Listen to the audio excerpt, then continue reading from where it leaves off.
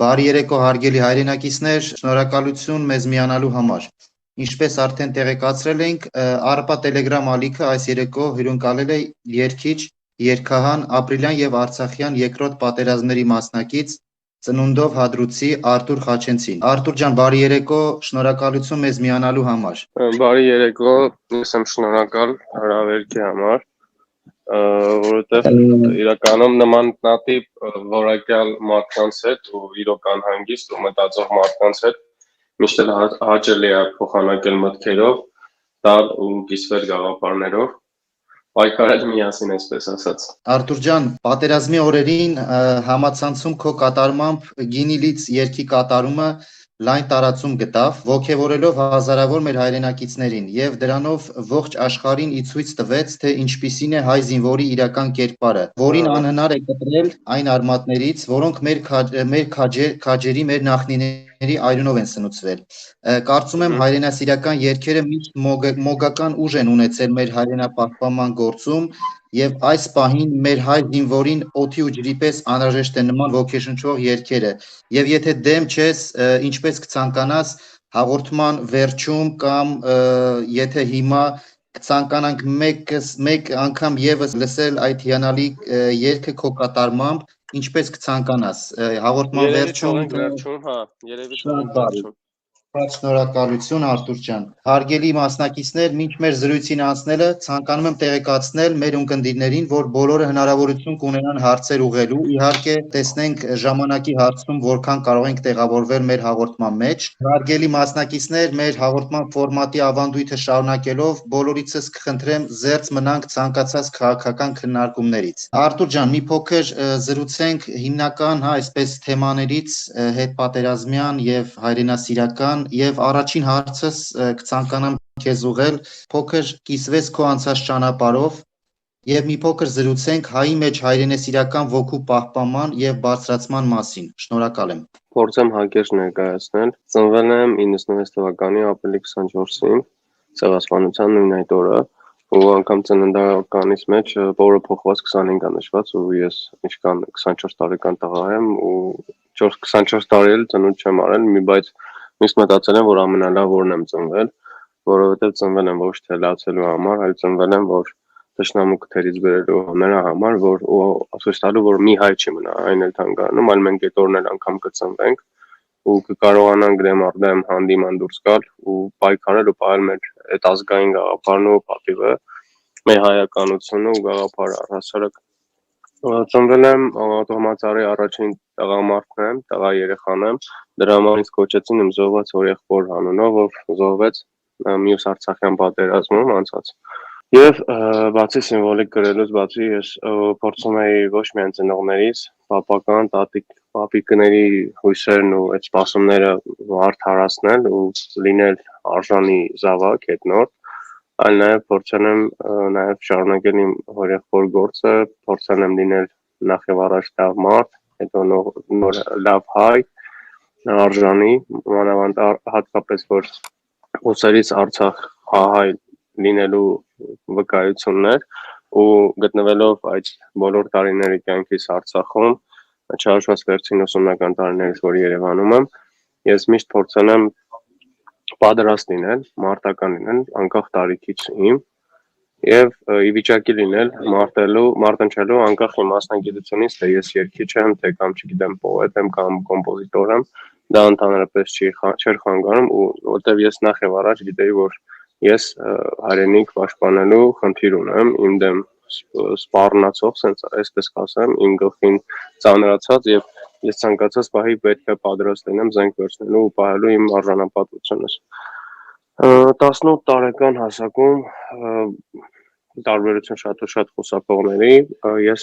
արդեն կոլեջում էի սովորում երաժշտական, բայց ինչպես արձանի կգնայի, այդ ձևել ես բանա գնացի ու կարելի ասել արդեն ի վիճակի էի ծառայելու, որովհետև ամեն ինչ գիտեի բանակում ինչ է սպասվում, իմ նախնական զինվորական պատրաստության բոլոր դասերս ես ինձ արդեն քավել էի ու ոչ միայն ոչ միայն խոսքով, տեքստով, այլ նաև պրակտիկորեն կիրառել էի, քանզի վերջին ժամանակաշրջաններում այդ տարիների միշտ գրավում էի անկամարադկությամբ հենց բարձր հորիզոնականներ, միջազգային եւ հանրապետական մրցույթներում։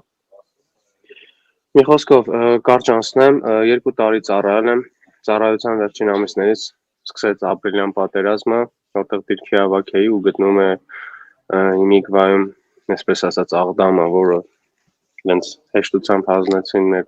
բարիներով պահած դիրքերը ադրբեջանցիներին, այնտեղ եղել եմ դիրքի ավակ ու գտնում եմ ամենամոտ առաջ թանկյուցում, որը մոտավոր մի 18 մետր էլի առաջ տված խրամածով հեռավորությունը թուրքերի ու անգամ խոսում ենք թուրքերի հետ, որի ընթացքում նաև կարողացել եմ տիրապետել ու արդեն բառարաններ եմ տնից ուզել, որպեսզի տիրապետեմ ադրբեջաներեն եւ թուրքերենի, բացի ռուսերեն իրենց հետ շփվելուց եւ հասկանամ ինչ է խոսում թշնամին, թեպետ դրանք նորմալ բան չէին ասում վերջում, միշտ հայհոյում էին, ես փոխադարձ ստանում էին իրենց կողմից,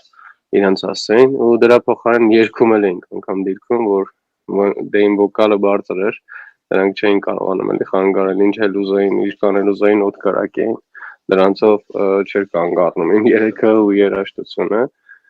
Իհարկե պատասխան կրակներ լինում էին, անգամ խոսակցություններ են եկել այդպես, անգամ ապրիլյանից հետո 2 թուրք նույն տեղում գնդակահարելուց հետո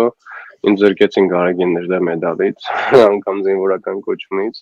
եւ անգամ չփեչատեցին, որ ես ապրիլյան պատերազմի մասնակից եմ։ Նույնն էլ այս պատերազմի ժամանակ եղավ, լավ է ես գոնե նկարներ ու վկայություններ ունեմ, որ զենք եմ ստացել, գնացել եմ որը որտեղ, որ օրերին ինչ բաներ եմ ծառայություններ եմ կատարել իմ կողմից որպես կամավոր ու ինչքան որ հնարավորինս եղել է, ինչքան որ ունեցել եմ մարդկոցիս մեջ հեռախոսի էներգիա, ես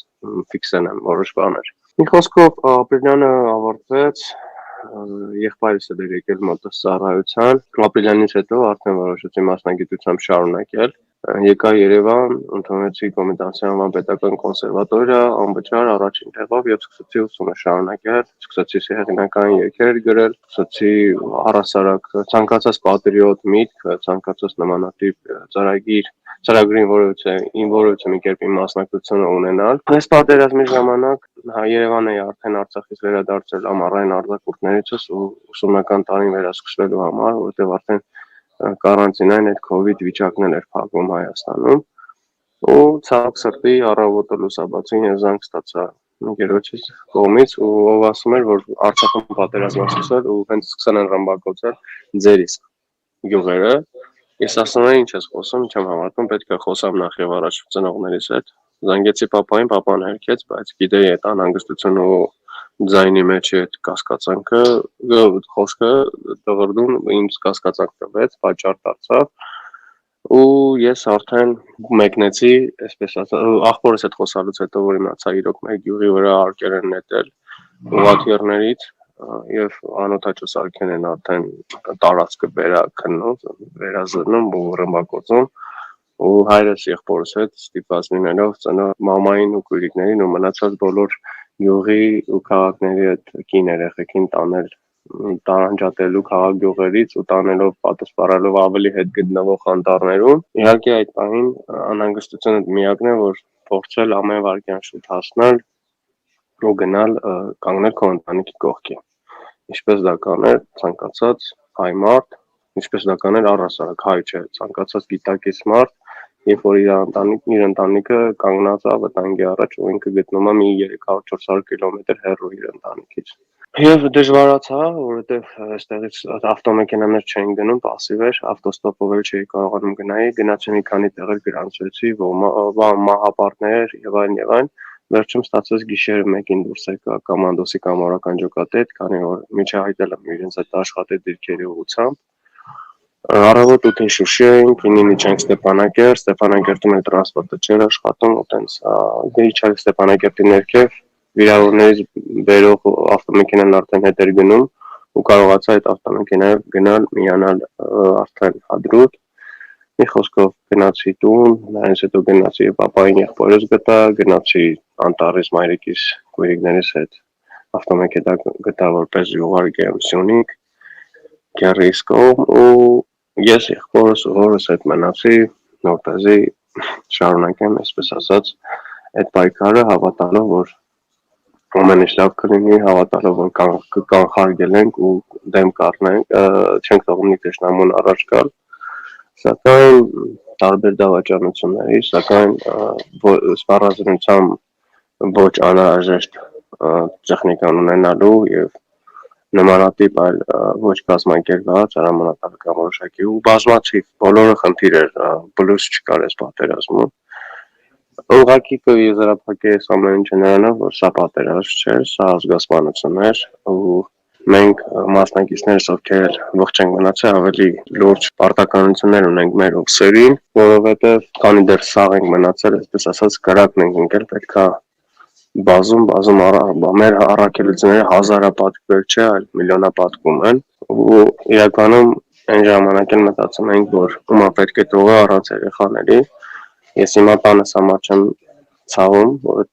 պապական այդ տները, մեր բոլոր տները ամեն ինչը մնացել է այնտեղ։ Ես ընտանիքս հետ հյուրանոցներում եմ ապրում, բայց դա չի ինձ ցավացնում այն, որ բազում ընկեր տղաների եմ կորցրել, մանկության ընկեր, հրամանատարների եմ կորցրել, բազում եղբայրների եմ կորցրել, որոնց կյանքը անհնար վերադարձնել, այսպես ասած, այս կյանք, բայց միակ փոփի չայնա, որ գիտեմ, որ իրենք իրենց կամոք գիտակցելով դեպի մահ են գնացել ու ծրվածել են։ Մեր պայքարը նախ եւ առաջ մեր ինքներս մեր դեմ է, օրեցօր պետք է դառնանք ավելի լավ մարդ, ավելի լավ հայ, արժանի ու պետք է այս շարքած շինծու պարտությունից արժանապատորեն դուրս գալ, ուժերը հավաքել ու ի վիճակի լինել շարունակել մնալ պայքարի մեջ, արարել, ստեղծագործել ամեն մեկը իր մասնագիտության մեջ, բայց նախ եւ առաջ լինել ազգի կողքին, հայոց բանակի կողքին, զինվորի կողքին, որովհետև եղբայրս էլ մինչ օրս էլի սահմանապահում Արցախում, ես ու բոլոր եղբայրներս են, ովքեր հիմա կանգնած են այնտեղ, ու ես շնորհակալ եմ, որ դուք այդքան անհանգիստ եք, լսում եք ինձ, ու ես էլ ձեզ եմ լսում ու հավատում եմ ու վստահ եմ, որ միասին հաստատ կարող ենք լուծում տալ մեր ազգի շարունակությանը։ Շնորհակալ եմ Արթուր ջան պատասխանի համար, թերևս կա եւս երկու հարց, մի հարցի շուրջ ես ցանկանամ անմիջապես հնչեցնել, իմ հարցերը բազմազան են, բայց քանի որ մեր հաղորդման ֆորմատի հիմնական նպատակը մեր մյուս մասնակիցներին հարցեր տալու հնարավորությունն է, թերևս իմ կողմից ես կհնչեցնեմ վերջին հարցը։ Արթուր ջան, երբ փորձում ենք խոսել հայրենասիրության մասին, պետք է հասկանանք հայրենասիրության առկայության համար նախ հայրենիքի ազգային մշակույթը կրող զանգված է անհրաժեշտ։ Եվ նման երկեր բարեր իմանալ կամ չիմանալը որքանով ուղիղ կամ անուղղակի կապ ունի, թե ինչպիսի վերաբերմունք ունենք մեր հայրենիքի նկատմամբ։ Խնդրում եմ քո մեկնաբանությունը։ Շնորհակալ եմ։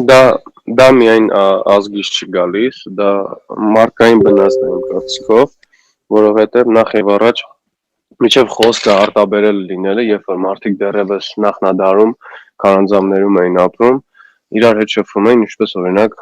շատ կներեք, բայց ինչպես նաև կապիկների եւ մնացած այլ տարբեր կենդանիներ, ձայների, ելևէջների միջոցով, դրա համար է, որ երբ որ խոսքը ուղղակի ասում ես,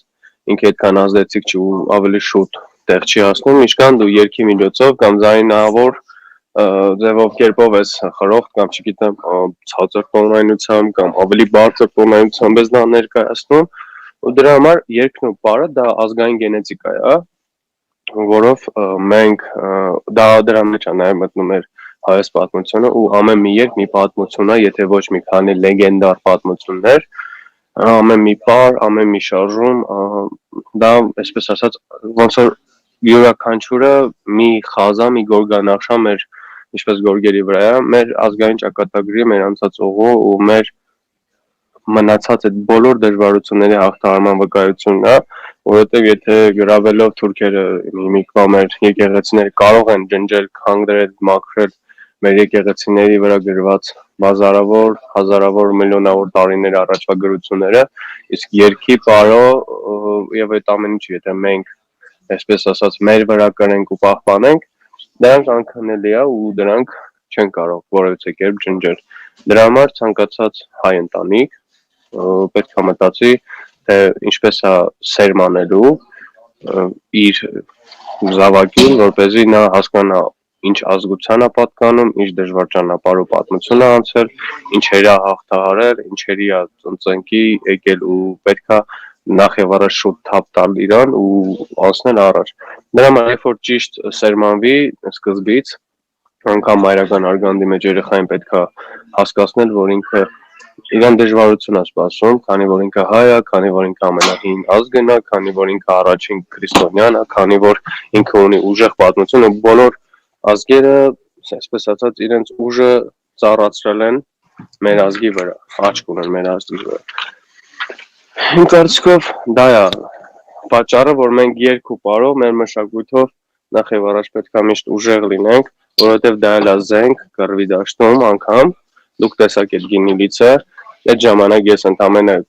տղաների կյանք էի փրկել ու իրանց հետ էի բերում ահվան ոչ թե մնացած մարդիկ օրինակ հասկացել են, թե մենք այդ ժամանակ գնում ենք կռիվ, հա, գնում ենք կռիվ, ես տղաներին երկրորդ գծից բերում էի առաջին գիծ, բայց տղաները հետ էին գնում, եթե հետ գնային կամ թուրքերի ճանգնային գնելու կամ լավագույն դեպքում հայերի ոստիկանների, ովքեր տանելու են դատապարտային, որ իրենք իրենց զինվորական ծառայությունը թողել ու ուզում են հետ գնան, բայց տղաներն են մեղավոր չեն, քանի որ տղաներին բերել առանց հրամանատար, առանց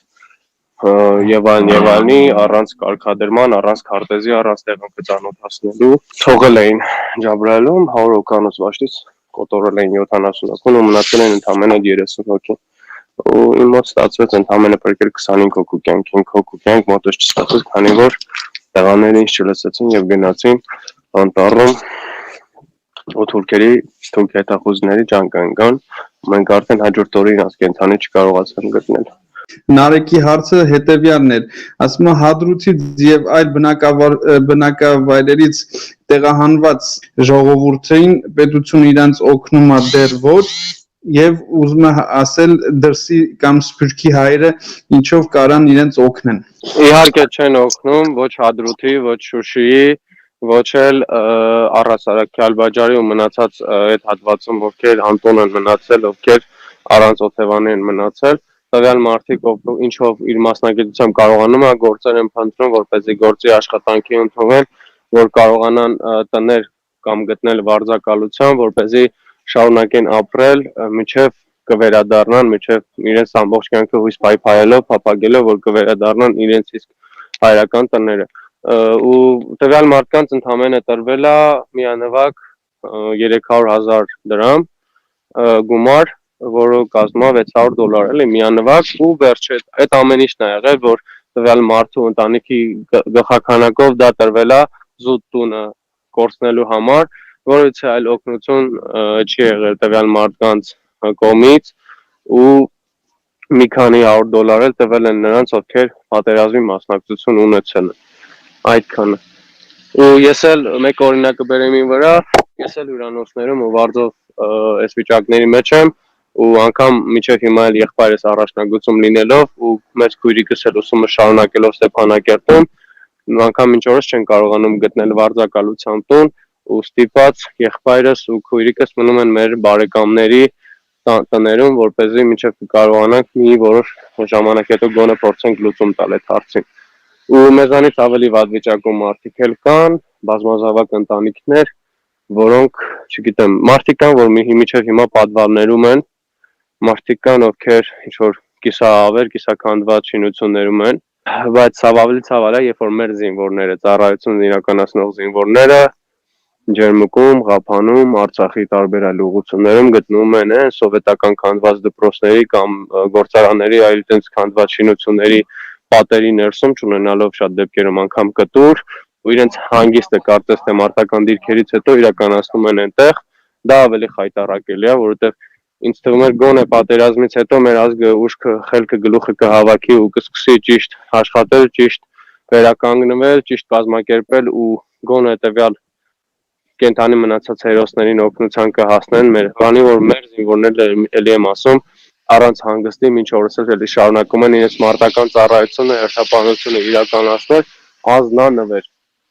Իսկ մեր բանակը սպառել են, մեր բանակը քանդել են ու տվյալ վաշտերը, տվյալ գումարտակները ծառայությունը իրականացնում են անկախ ամեն ինչից։ Արտուր ջան, խոսեցինք հայրենասիրության մասին։ Ինձ հետաքրքիր է ըստ ձեզ, արդյոք հայրենասիրությունը ի ծնե է մեզ տրված, այսինքն հայրենասեր ծնվում են, թե դառնում են։ Դա դժվար հարց է, որովհետև ոնց ասեմ, դա իրականում նման է ոնց որ ծնվում ես, դու ունես հստակ սեր, դու կամ աղջիկ ես կամ տղա։ Ինքնասիրությունը նման մի բան է, սա սեր է, դա դու արդեն այդպես ծնվում ես։ Դու կարող ես ծնվել առանց հայրենիքի առհասարակ այդ գիտակցման, որովհետև դա քեզ նաև գենետիկորեն է փոխանցում։ Ես ունեմ իմ կյանքը, իմ ապրած կյանքը ես սենց այս մի հասկացողության եմ եկել, որ նախ եւ առաջ 25% մարդու քրոնիկայի բնույթը, իր ներաշխարհը, իր մտածելակերպը, ամեն ինչը ինքը գենետիկորեն է ժառանգում։ 25%-ը ինքը տալիս է իրեն ծնողները, իր դաստիարակությունը։ 25%-ը տալիս է շրջակա միջավայրը, ընկերները, շրջապատը, բնությունը, որտեղ ինքը ծնվել, մեծացել է, բայց այն մյուս 25 կարևոր ու որոշիչ դերը կատարում է մարդու ընտրությունը։ Տվյալ մարդն է հասկանում, կարող է գենետիկայի մեջ գող ա եղել, ինչ որ մի հատ վատ բարքի տեր մարդ ա եղել, կամ ծնողները իրեն չեն դաստիարակել, կամ բաց թողում ա եղել, կամ ծնողները անգամ դաստիարակության, այսպես ասած, կարիք ունեն, կամ շրջակա միջավայր ինքը լեռներում ա ծնվել, բայց չի կարողանում այդ լեռներում ապրի, հարթավայր ա ուզում, կամ ընկերների շրջապատում հասկանա ովքեր են իրեն իսկական ընկերները, կարողանա խոսապի ու կարողանա ճիշտ ուղու վրա գնա։ Իմ կարծիքով այդ ֆինիշնի sense վերջնական որոշումը տվյալ մարդու անձից է գալիս, բայց ցավոք սրտի շատ ու շատ մարդիկ սեփական որոշման, սեփական մտածելակերպի խնդիր ունեն ու չեն կարողանում իրենք այդ որոշումները կայացնել ու գնում կորչում են։ Իմ համար հայրենասիրությունը նման մի բան է։ Հայրենասիրությունը գենիտ մեջ է, հայրենասիրությունը փոխանցում է ծնողներիդ միջոցով, հայրենասիրությունը քեզ տալիս է լեռները, սարերը, այն ամեն ինչը որտեղ դու ծնվել ապրել ես, հայրենասիրությունը քեզ տալիս է շրջապատը ու դու մնում է ընդհանրապես լինես մարդ, ընդունես, ընկալես ու որոշես, որ դու իրոք կարաս լինես արժանի մարդ քո ազգի համար։ Չեմ ասում հայ լինես։ Ցանկացած ազգի մոտ էլ ինձ թվում է այդպես է։ Ես նորմալ եմ վերաբերվում թուրք, ադրբեջանցի ազգության մարդկանց, ովքեր պաշտպանում են իրենց ազգերին, անկախ ամեն ինչից, ու անգամ ագրեսիա են քարոզում մեր ազգի դեմ։ Դա նորմալ է, բայց նորմալ չեմ ընդունում, երբ որ մեր ազգում մի հատ հետ նայեք, ես էլ որ եկել էի պատերազմից, ինձ բոլոր շոու բիզնեսի, մեդիա դաշտի, երգիչներ, դերասաններ, այտենց հայտի դեմքեր, բոլոր ասում են ինչ ես դու խոսում ճշմարտության մասին, քեզ ահռելի զանգած, քեզանից բանա երես է թեքում, որովհետև ես մեկ ես մյուս քաղաքական կողմնակից է կամ ես մեկ ես ինչա, մարդիկ սովոր չեն ճիշտը լսել, բայց ու ամբողջ պատերազմի ընթացքում ցավալի է, բայց մեր այդ մեդիա դաշտի դերասաններ, աստղեր եւ այլն, ասես շակերտավոր ասվածներ էլի, իրենց մեծամասնությունը ավելին քան 95%-ը լռել է դրա մասին, ու անգամ գոնե պատերազմի ժամանակ կամ գոնե պատերազմից հետո ունենալով դրսում է մեծ աուդիտորիա,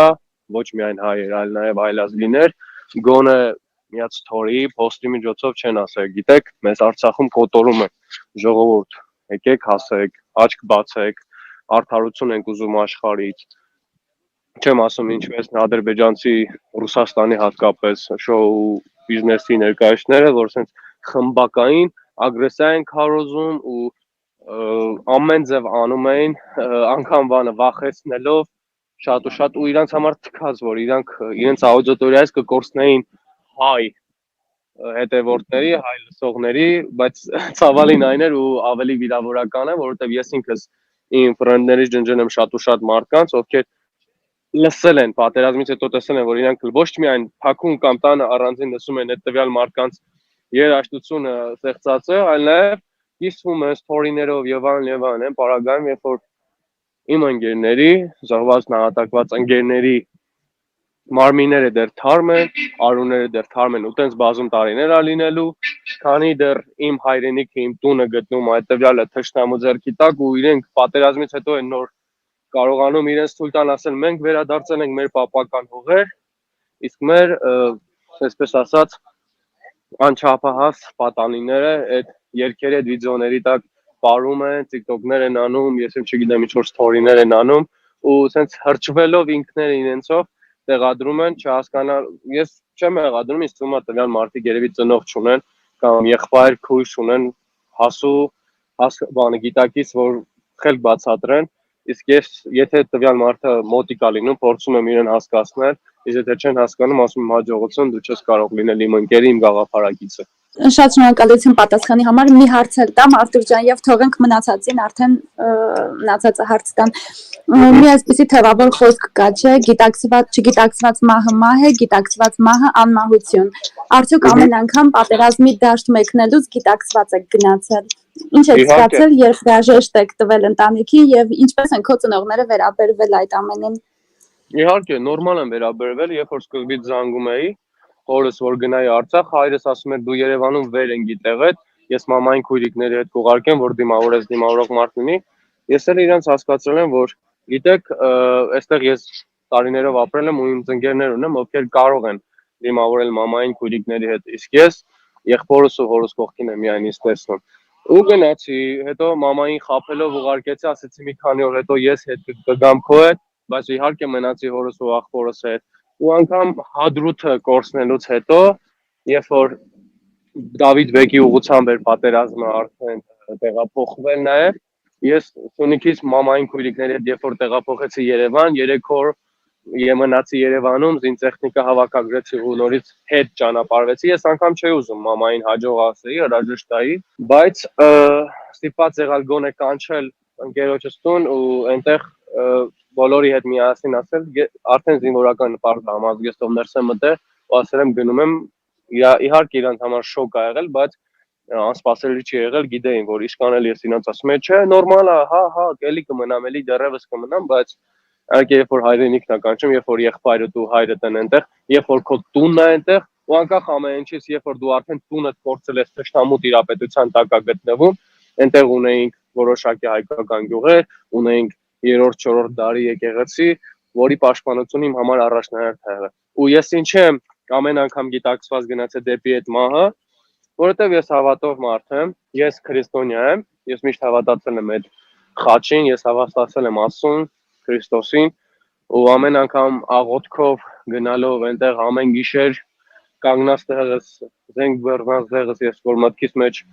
աղոթում էի Աստծոց օրհնություն էի խնդրում ու վստահ էի որ ինքը իմ հետ է դա ինձ խաղաղություն էր տալիս որ ես ճիշտ ճանապարհի վրա եմ ես չեմ զոհվելու կամ եթե ես զոհվեմ ուրեմն արժանի եմ զոհվելու զենքը ձեռքիս եմ զոհվելու ու իմ պայքարի մեջ եմ զոհվելու, այլ ոչ թե խղճուկ տարիների հետո, այտենց մի 60-80 տարի անց, տեղերից մեր sense անօգնական հոգի եմ կանչելու ու տալու։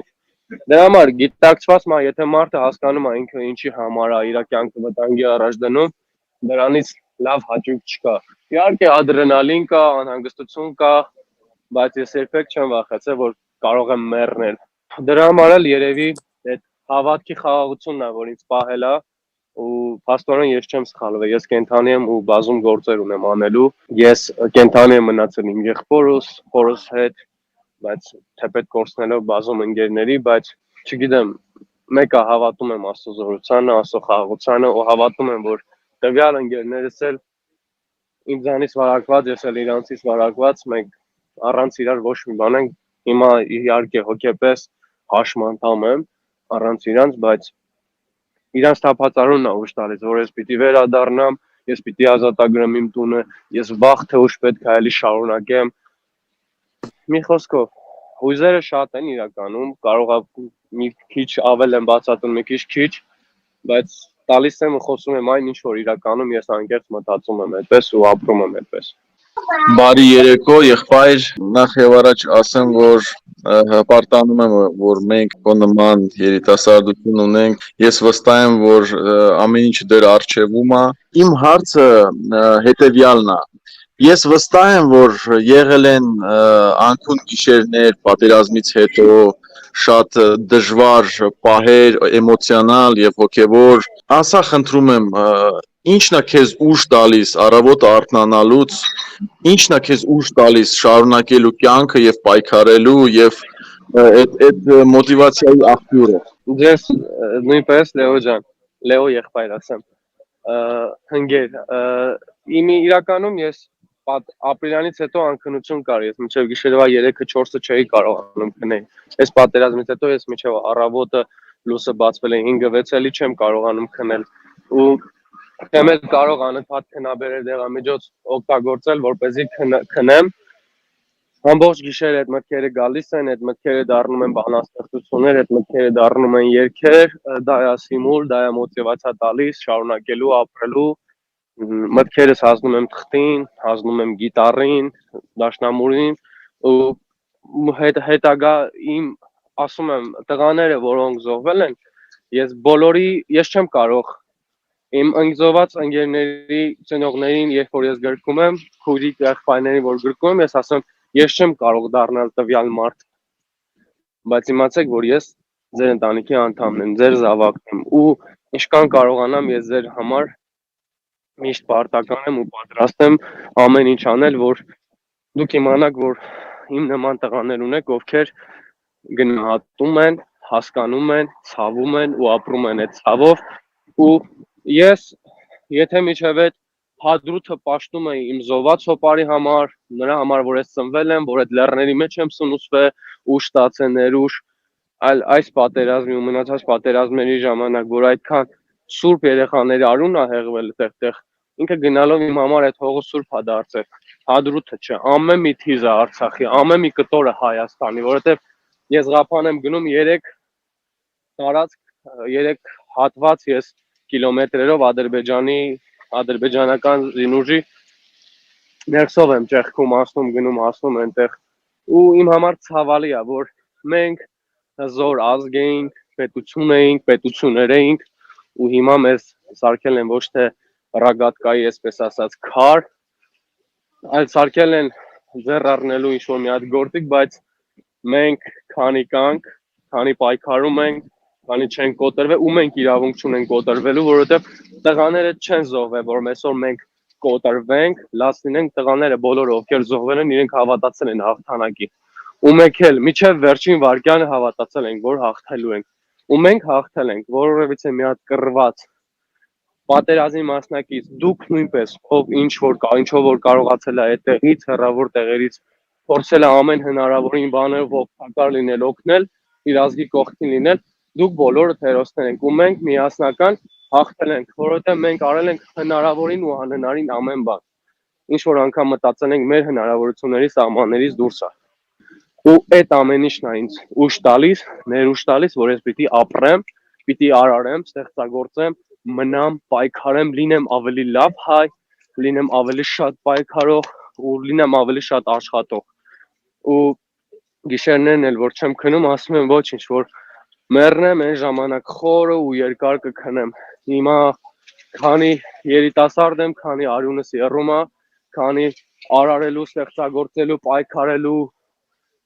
ամեն ինչ անելու հնարավորություն, էներգիա ունեմ, ուժ ունեմ, ամեն ինչ ունեմ, դա պետք է ես անեմ։ Ու եթե ես չանեմ, ու նախ եւ առաջ ես չանեմ, ինձ շատ մարդիկ են հավատում, վստահում ու շատ մարդիկ են ինձ նայելով նաեւ ոգևորվում։ Ես չէի պատկերացնում, որ այդ կարգի շատ, բայց ու ոչ միայն երգել, իմ համար գինիլիցը դա պատերազմի ինչ որ մասնակցության բան չի էլի, չգիտեմ, խաղաթող չի իմ կողմից։ Ես դա առաջին հերթին արել էի այդ տղաներին հետեղ ոգևորելու։ Վերջում եմ այդ վիդեոն նկարել։ Վիդեոն տեղադրել եմ մի 2-3 օր հետո, երբ որ ինտերնետ եմ ունեցել։ Իսկ դրանից 3 օր հետո ես հադրութ չեմ ունեցել առհասարակ։ Բայց երբ որ հասկացել եմ, որ անգամ ով որ տեսել է այդ վիդեոն, այդ պատերազմական այդ օրերին իրոք մոտիվացել է, ու ես որոշակի մարդկանց համար դառել եմ խորհրդանիշներից մեկը այս պատերազմի, ես իրավունք չունեմ ծնկի գալու,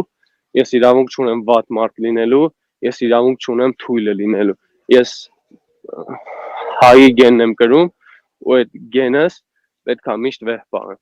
Մենք արդեն իսկ հաղթել ենք, որ մենք կենթանի ենք մնացել ու պայքարում ենք, ու մենք որ դեռևս հավատում ենք ու պիտի հավատանք ու պիտի վստահ լինենք, որովհետև ոչ այս պատերազմի ժամանակ առերես ասեմ, որովհետև մի հատ ադրբեջանական զորք մեր դեմ արդեն մեր հետ չի կռիվ կռվել են անօթաչու սարքերը, ուղղաթիռները, հրանոթները, ու ամեն ինչ, տեխնոլոգիան է մեզ հաղթել, բայց ժամանակավոր։ Մենք անկասկած վերադառնալու ենք, որովհետև հաղթանակը հայի գենի մեջ է։ Спасибо, я понимаю. Меня зовут Артур, телеграм-канал «Армяне России». Я что хотел сказать, Артурик, брат, спасибо тебе большое за твою песню. Ты не представляешь, какой это был неимоверный вклад в сердца всех наших бойцов, всех наших и всего армянского народа. Потому что это видели все и просматривали миллионы раз, и каждый в душе, по крайней мере, из тех, кто был там в бою и на передовой, вообще и среди нас, вот кто, допустим, находился в России, кто под разными причинами не смог попасть туда, да, эта песня вот была у всех на устах и в сердце. И наряду, к сожалению, с покойным артиллеристом Альбертом, вот, вы стали символами этой войны, армянскими символами победы вы стали. И вот предыдущий твой ответ был к вопросу, ты сказал, вы победили, проиграл тот, вот, чье имя мне стрёмно сейчас называть здесь, вот, он проиграл, а победили вы, и спасибо тебе от всего армянского народа за эту песню и вообще за то, что ты есть. И у меня к тебе одна большая просьба есть, если есть у тебя YouTube-канал или открой его как-нибудь, брат, сделай какой-нибудь стрим с гитарой, какой-нибудь со спонсированием, мы будем... Я не знаю, будем собираться по 200, по 300, по 500 человек, будем у нас на каналах раскидывать, вот ты, допустим, дал информацию, в такой-то день будет стрим, все. И мы раскидали по каналам, придем к тебе, допустим, на стрим, будем и поддерживать, и слушать тебя. Спасибо большое. Ладно, ես ունեմ YouTube-յան ալիք Արթուր Խաչենց, որ հեղինակային դեռևս առաջին երգն է այնտեղ, հիմա հո ոչինչ չի փոխվի կյանքում երգն է, ես հիմա անգամ ճանապարհվել եմ, եկել եմ Գյումրի, երկրորդ հեղինակային երգից տեսանյութն ենք նկարահանում, Էլի Սահյանա ու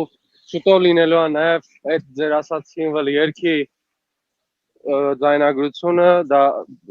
ամբողջական պատկերը, որովհետև ես հասկացա, թե ինչքան ուժեղ ու ինձ խորհրդանշական երգ է դարձել ու իմ հաջողության ու իմ մարտական ոգու երգն է դարձել, այս պատերազմի ոնց որ դուք ասեցիք, ու լինելու են ուրիշ այլ տարբեր երգեր, ես բացի դրանից պրոջեկտ եմ հիմնում ձայնագրման ստուդիայով լավագույն երաժիշտներին Հայաստանի, ինչպես նաև դրսում գտնվող բոլոր հայերին հրավիրելու եմ, կանչելու եմ, միասին նվագելու ենք, երգելու ենք ու երաժշտությամբ ու ոչ միայն անգամ հայկական, արտասահմանյան տարբեր լեզուներով, ու ոչ միայն պատրիոտ վիճակներով, ամեն տարբեր ժանրերի մեջ ներկայացնելով եւ պահպանելով նախ եւ առաջ մեր հինը, մեր ազգայինը ու նաեւ օգտագործելով ակտուալ առաջնային ու մնացած այլ նոր բաներ, հենց այդ պրոջեկտն էլ կոչվելու է Հայգեն, որը ոչ միայն գենյուս, ոչ միայն գենետիկա, ոչ միայն հայնա, այլ նաեւ հիգիենա մտցնելու երաժշտության մեջ ու հավատացեք,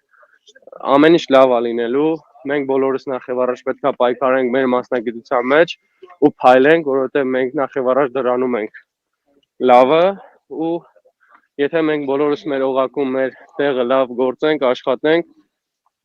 ամենքս մեր մասնագիտությամբ հաղթենք ու նախ եւ առաջ հաղթենք ինքներս մեզ, հավատացած եղեք, վստահ եղեք, որ անկասկած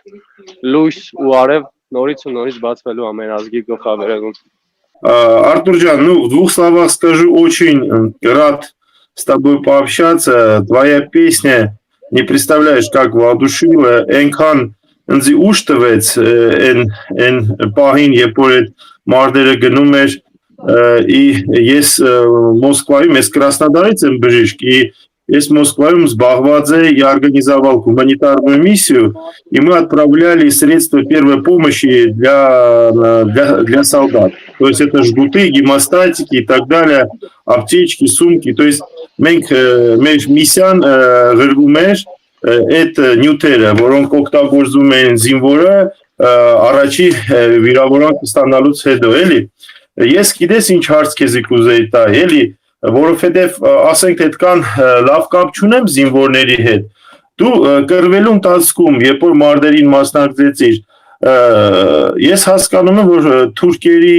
то есть их униформа, их подготовка, их аптечки вот на высоком уровне были, то есть ինչ-որ դու տեսար ասենք թե իրանց այդ մահացած զինվորների վրա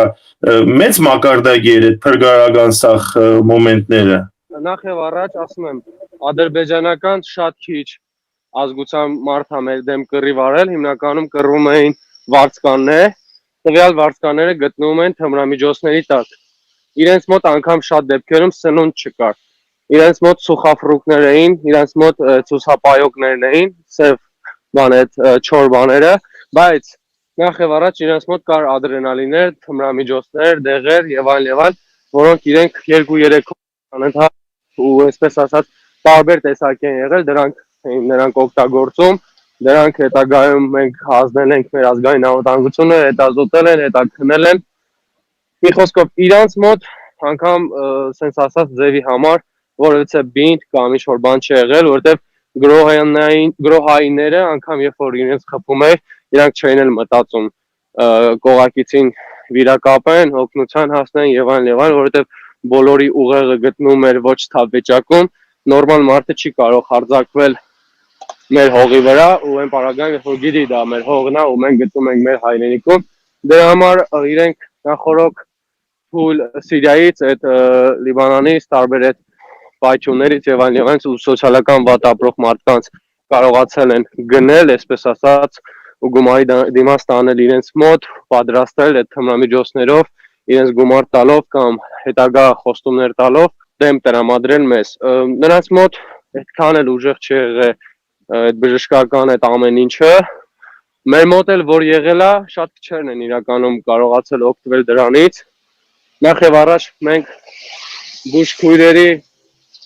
բժիշկների խնդրեմ ունենք հենց առաջնագծում, որովհետեւ ինչ որ կար հիվանդանոցում, ինչ որ շատ լավ են աշխատել իրականում թե հիվանդանոցում, թե իրականում արտասահմանից բժիշկներ են եկել այդ զինվորական հոսպիտալները հարակից դիրքերի կողմից ու այդ շտապօգնության ավտոմեքենաները մեր հայկական բոլորը լավ են աշխատում, ուղղակի հետագայում պատերազմը նենց դասավորվեց, որ ոչ թե չէին կարողանում բանդիակներ հանել, այլ հազիվ էին մի կերպ էին կարողանում մեր վիրավոր ընկերներին հետ նահանջելուց գոնե մեր հետ վերցնենք ու բոլոր եղել է դեպքեր, որ անգամ իրանք դեմ են եղել, որ մենք իրենց մեր հետ հանենք ու դրա համար մեր տեմպը կորցնենք, բայց այսպես ասած անկանխատեսել էր, էսի սա պատերազմ չէր էլի, եթե պատերազմ լիներ, ասեի հա, օքեյ, նորմալ է, սա խայտարակ այլանդակություն է եղել ու մեր ազգն էլ իրականում այստեղի գործող օղակներն էլ երբեք դուրս չեն վերաբերվել, չասեմ նրա մասին, որ անընդհատ միայն խաբել են ու միայն այնտեղ գտնվող մարդիկ էին հասկանում ինչա կատարում, բայց իրականում մեզ էլ են խաբել որոշ հարցերով, ասելով, որ ամեն ինչ օքեյ է, դուք այստեղ եք, մենք ձեզ կհասնենք կամ հեսա ձեր հետևից հրետանի կաշխատի։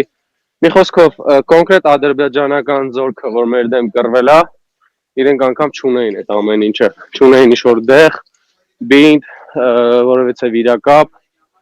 նրանք եկել էին զուտ սատկելու, նրանք չէին ուզում ապրեին։ Իրականում հա ոչ մի օղակ չի աշխատում, մենք ենք հովանավորներ գտնում մեր երեխաների ձեռքերը, ոտքերը,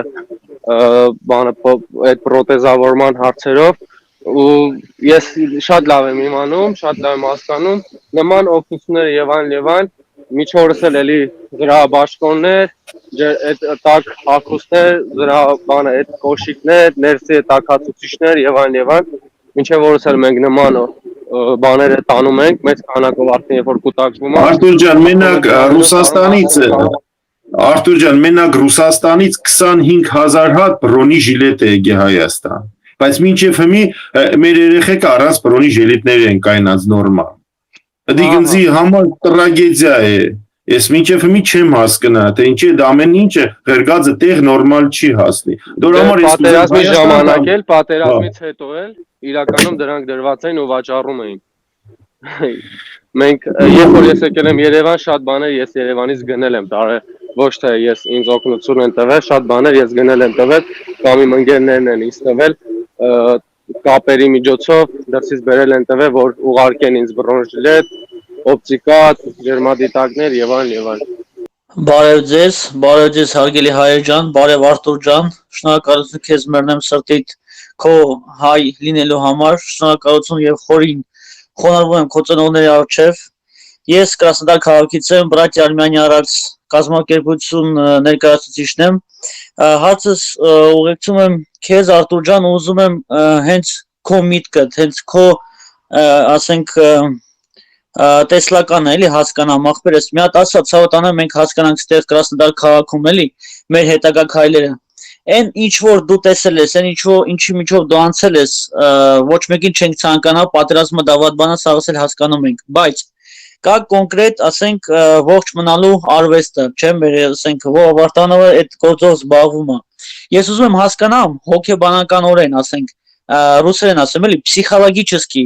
насколько наши военнослужащие, наши солдаты были готовы к военным действиям и вообще к вот հենց ռազմագիտություն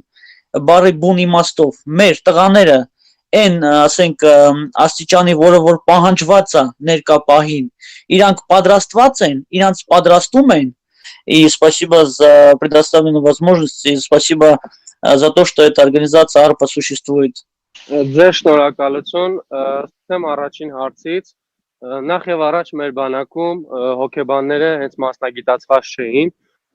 բայց հնարավորինս հատուկեն տեղեր եղել են նմանատիպ մարդիկ, ովքեր մոտիվացրել են, ովքեր հոգեբանական զրույց էին տանում։ Մեր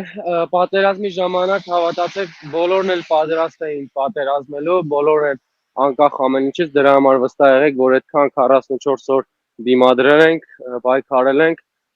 դա հաստատ մենք չենք ունեցել ոչ թե թշնամու զինտեխնիկա ու այդ ամեն ինչի անգամ չենք ունեցել 5-ից 10%-ը, բայց մենք սովորական կալաշնիկներով, ավտոմատներով, սովորական մենք մնացել ենք, մենք կռվել ենք մինչև վերջ։ Փորձել ենք ամեն հնարավոր բան անել, որտեղ տեսնում եք, որ մեծամասնությունը հենց զոհվել է փոքր տարիքից 18-ից 20 տարեկան զինվորական կազմը, իսկ այ հրամանատարական կազմը, չգիտեմ ինչու մեծամասնությունը թողը դուրս են եկել, այլ իրանք հոգեբանորեն պատրաստ չեն։ Իսկ մեր ջահելները բոլորն էլ դաստիարակության առումով եւ թե բանակում էլ նրանք գիտեին ուր են գտնվում, ինչ են անում ու հանուն ինչ են իրենց կյանքը, այսպես ասած, մատաղանում։ Բայց իրականում հիմա էլի պատերազմից հետո շատ իմ հոգեբանությունն էլ անգամ վատ տարածավ, որովհետև մենք այնտեղ կռում ենք, իսկ մեր փոխարեն ստեղ ինչ-որ մեկը ստորագրում է եւ այլն, ու մենք բոլորս էլ գիտենք, որ գնացել ենք այնտեղ մնալու, կռվելու միջև վերջ, այլ ոչ թե փրկվելու, ու այլ ոչ թե, չգիտեմ, հետ նահանջելու, մանավանդ այդքան կորուստ, ոչ թե տարածքային, այլ կոնկրետ մարդկային ունենալուց հետո։ Հիմա էլ մի հատ ընկեր ունեմ Ամերիկայում, ով մի հատ հոգեբանական կազմակերպության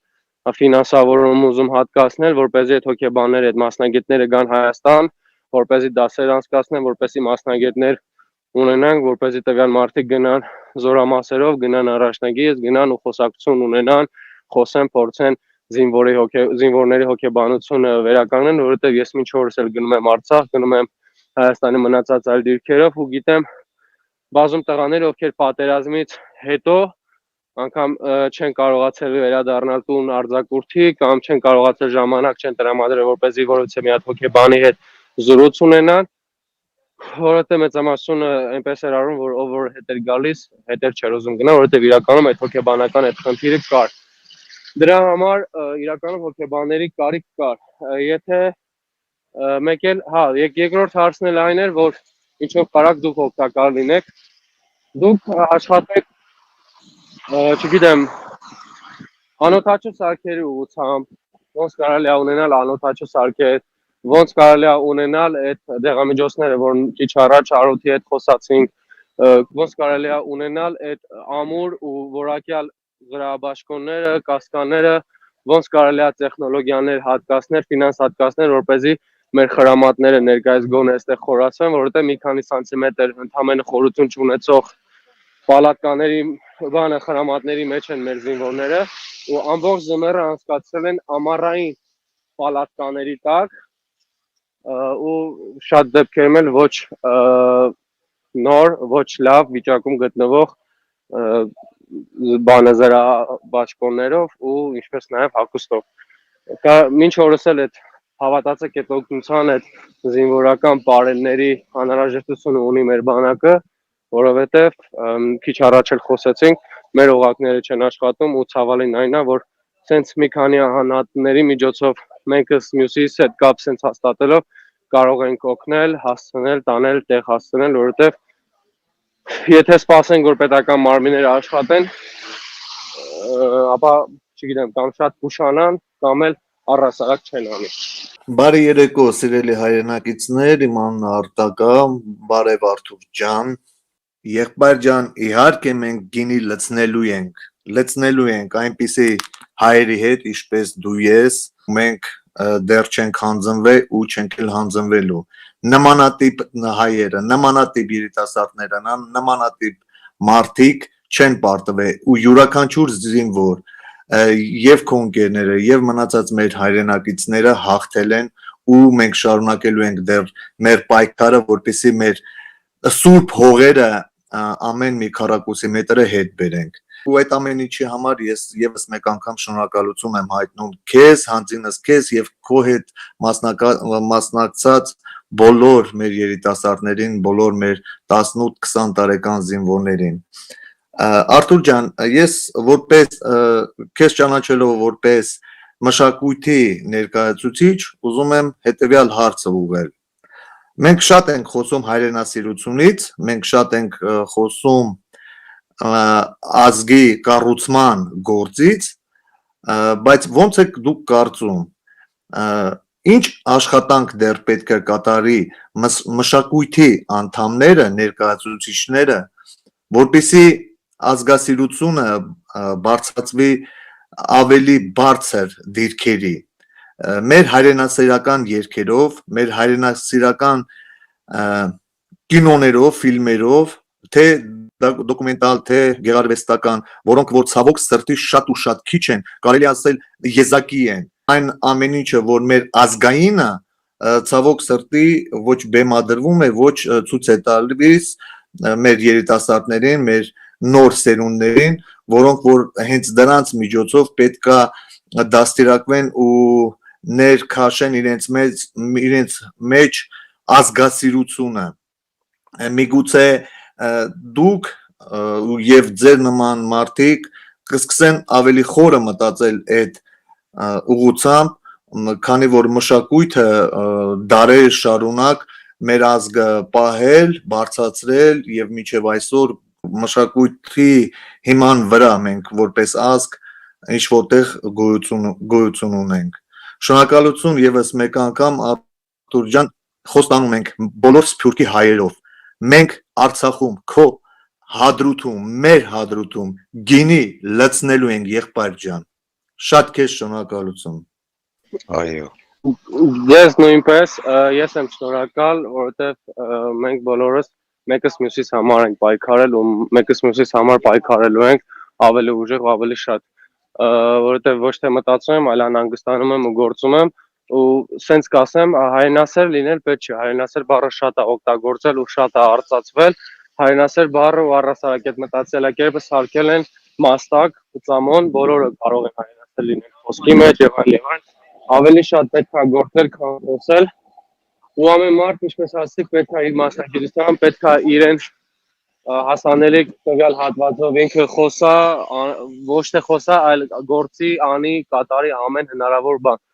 Ու ինչը վերաբերում է մշակույթին, պետք է ոչ թե լացող, սքող, չգիտեմ, նմանատիպ sense աղեկուտուր, sense ինչ-որ էմոցիոնալ վիդեոներով կամ տեսանյութերով կամ երգերով կամ ֆիլմերով ցույց տալ, այլ պետք է նախ եւ առաջ մոտիվացնող, պետք է ոտքի կանգնեցնող, պետք է սիմուլ ապրելու սիմուլ ու պայքարելու սիմուլ տվող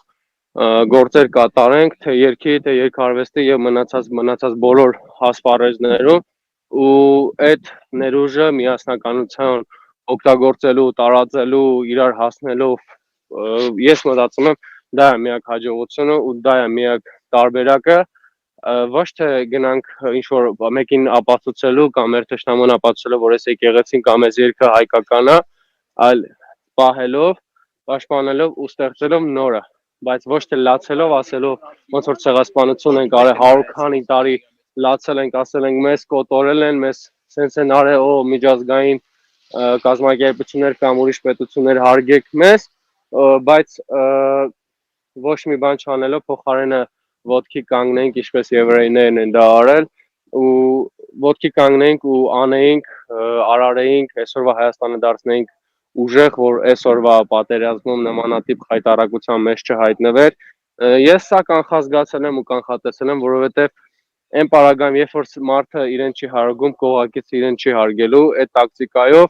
ես կասեմ այսպեսին է, երբ որ ապրիլյան պատերազմը եղավ, մի տարի հետո ազգային ժողովի ընտրությունների ժամանակ, նույն այդ ապրիլի 1-ին, նույն այդ սգո օրը, որ ընդամենը մի տարի էր անցել, Երևանում թնդում էին, օդում պսպղում էին սալյուտները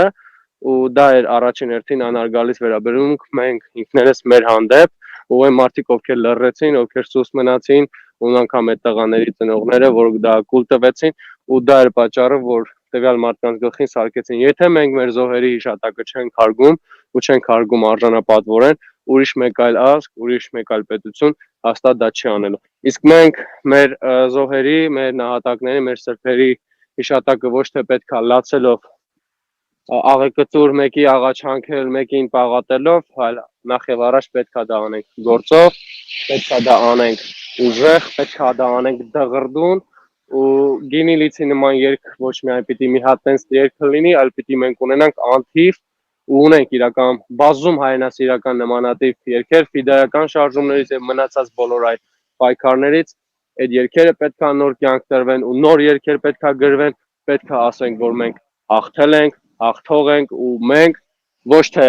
TV-ով, հարցրունների նման, այլ իրականում գործով, ոչ թե ուղղակի երգելով, ապարելով, այլ իրականում ամեն մեկս ճիշտ մարդ լինելով ու ճիշտ մասնագետ լինելով իր մասնագիտության մեջ ու իր ազգի շնորհակալություն լինելով հանդերձ իր ունեցած իր հնարավորությունների չափով էլ հասնող լինելով հանդերձ։ Բարի երեկո բոլորին, բարև Արտուր ջան։ Ուզում Բարև եմ ձեզ։ շնորհակալությունս հայտնեմ ու խոնարհումս քեզ ու բոլոր մեր հայ զինվորներին իրենց նվիրվածության համար պայքարի ու հարցս հետևյալն է ու քո կարծիքով մի քիչ փիլիսոփայական հարց տամ ինչի՞ց է որ մենք մեր պատմությունից դասեր չենք քաղում ու չենք կարողանում պետություն ստեղծել, էլի ասենք ուժեղ հզոր այլ անընդհատ ինչ որ կիսա վասալական ինչ որ բան է դուրս գալիս ու հետո սենց արհավիրքների ժամանակ միանգամից սենց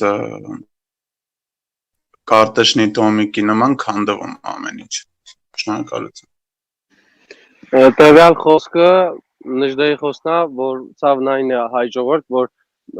մեր ազգը ոչինչ չսովորեց իր իսկ պատմությունից։ Իրականում հա, ու դա նրանից է գալիս, որ մեր խոսքը, մեր ամեն ինչը ընդամենը մնում է թղթի վրա ու կեսից շարունակություն չի տարալիս կամ այդ խոսքը գործ չի դառնում ու ընդամենը բոլորը խոսում են։ Իսկ ինչը վերաբերում է թե ինչքանով մենք մեր պատմությունը լավ չենք իմանում նախ եւ առաջ դրանից է, որ մենք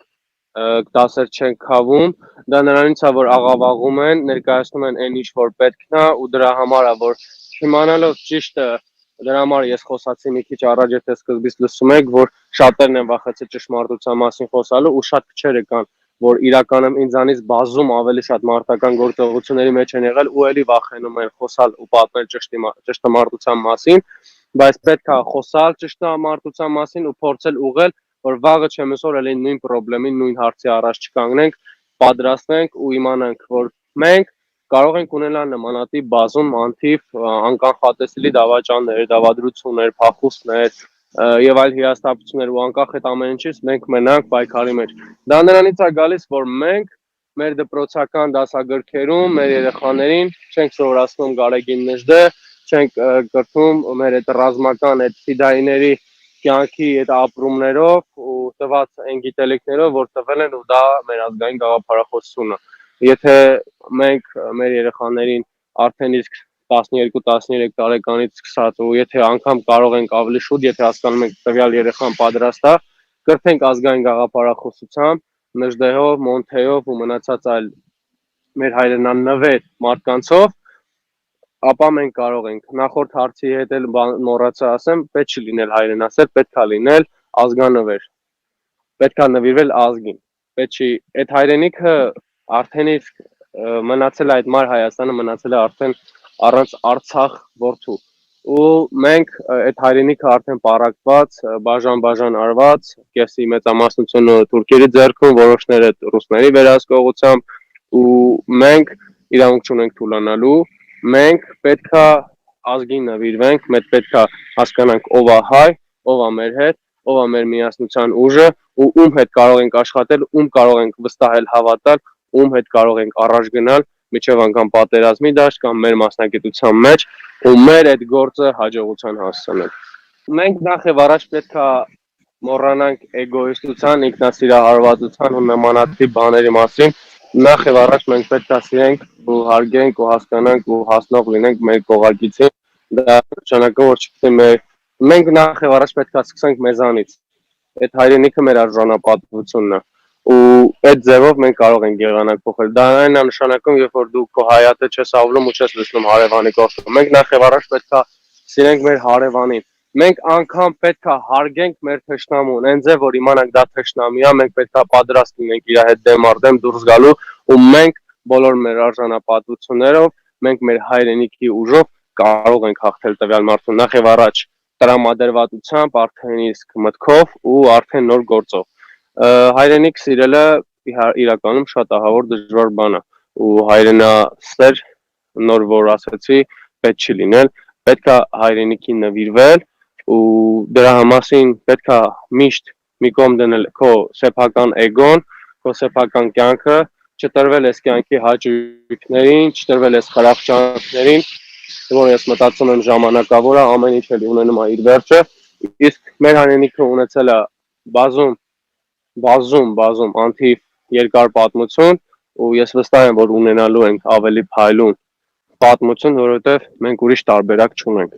Բոլորին հայտնի է, որ Ադրբեջանում այս 30 տարին երևի կամ մինիմում 20 տարին ուժեղ պրոպագանդա եղել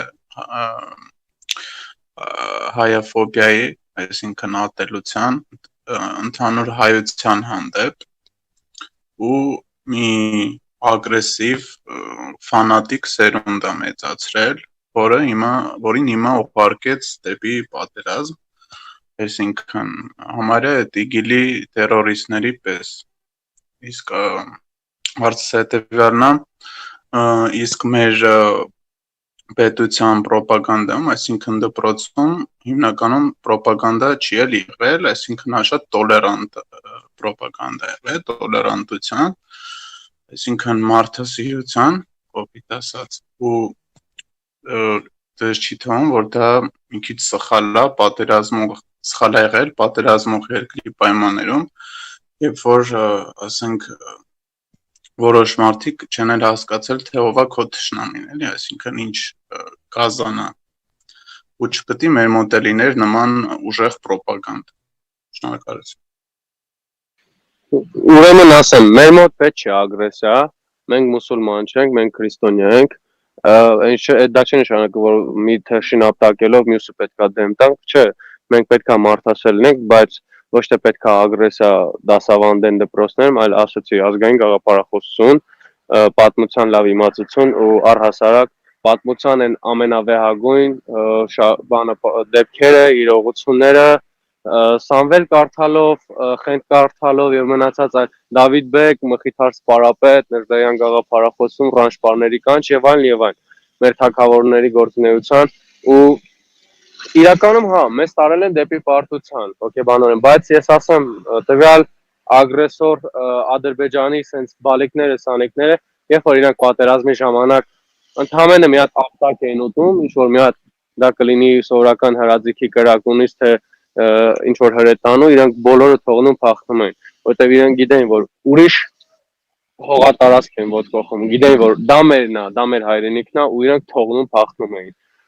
Դա ասում եմ տեխնիկան է հաղթել, ոչ թե իրանք ագրեսիվությունը եւ այլն, ու դուք էլ վիդեոներում եւ այլն տեսնում եք, որ տվյալ ադրբեջանական բանակի զինվորները ընդհանրապես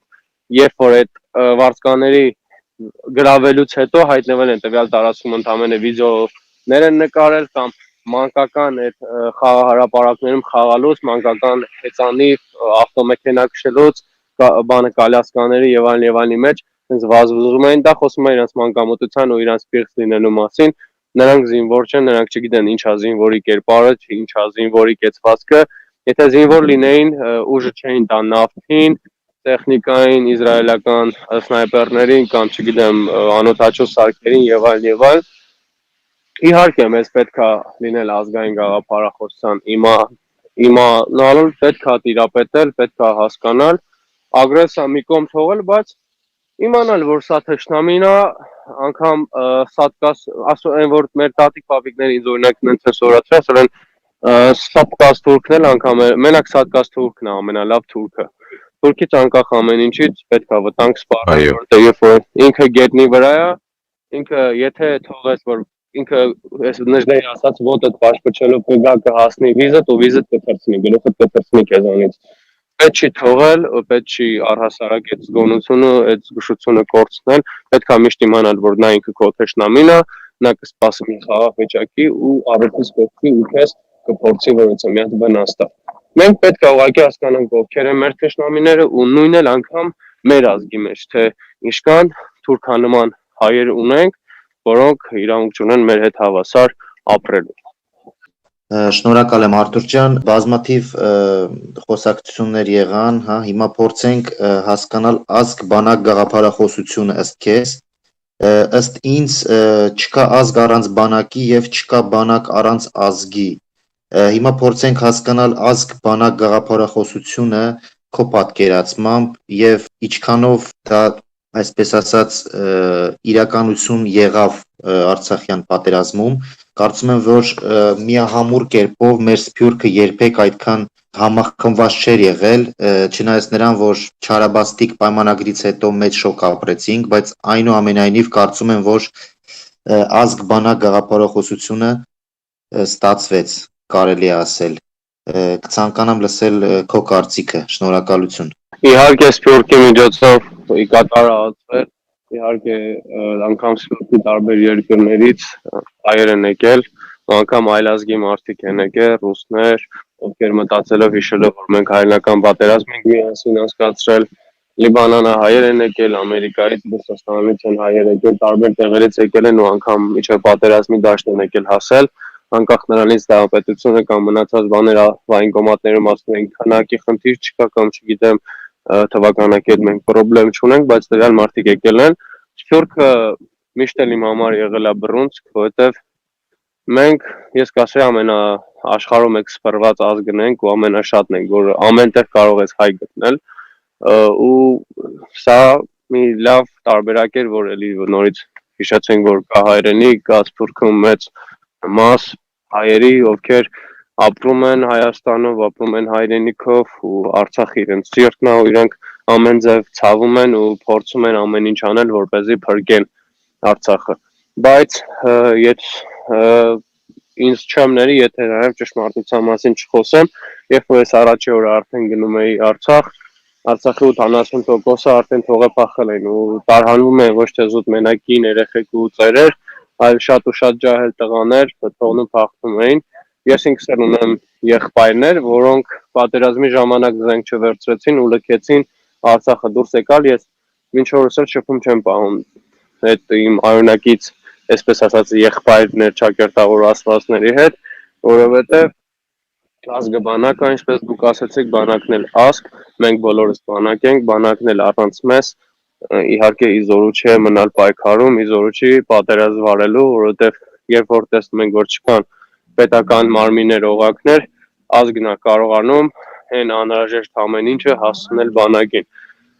Արցախում շատ են իրականում, այսպես ասած,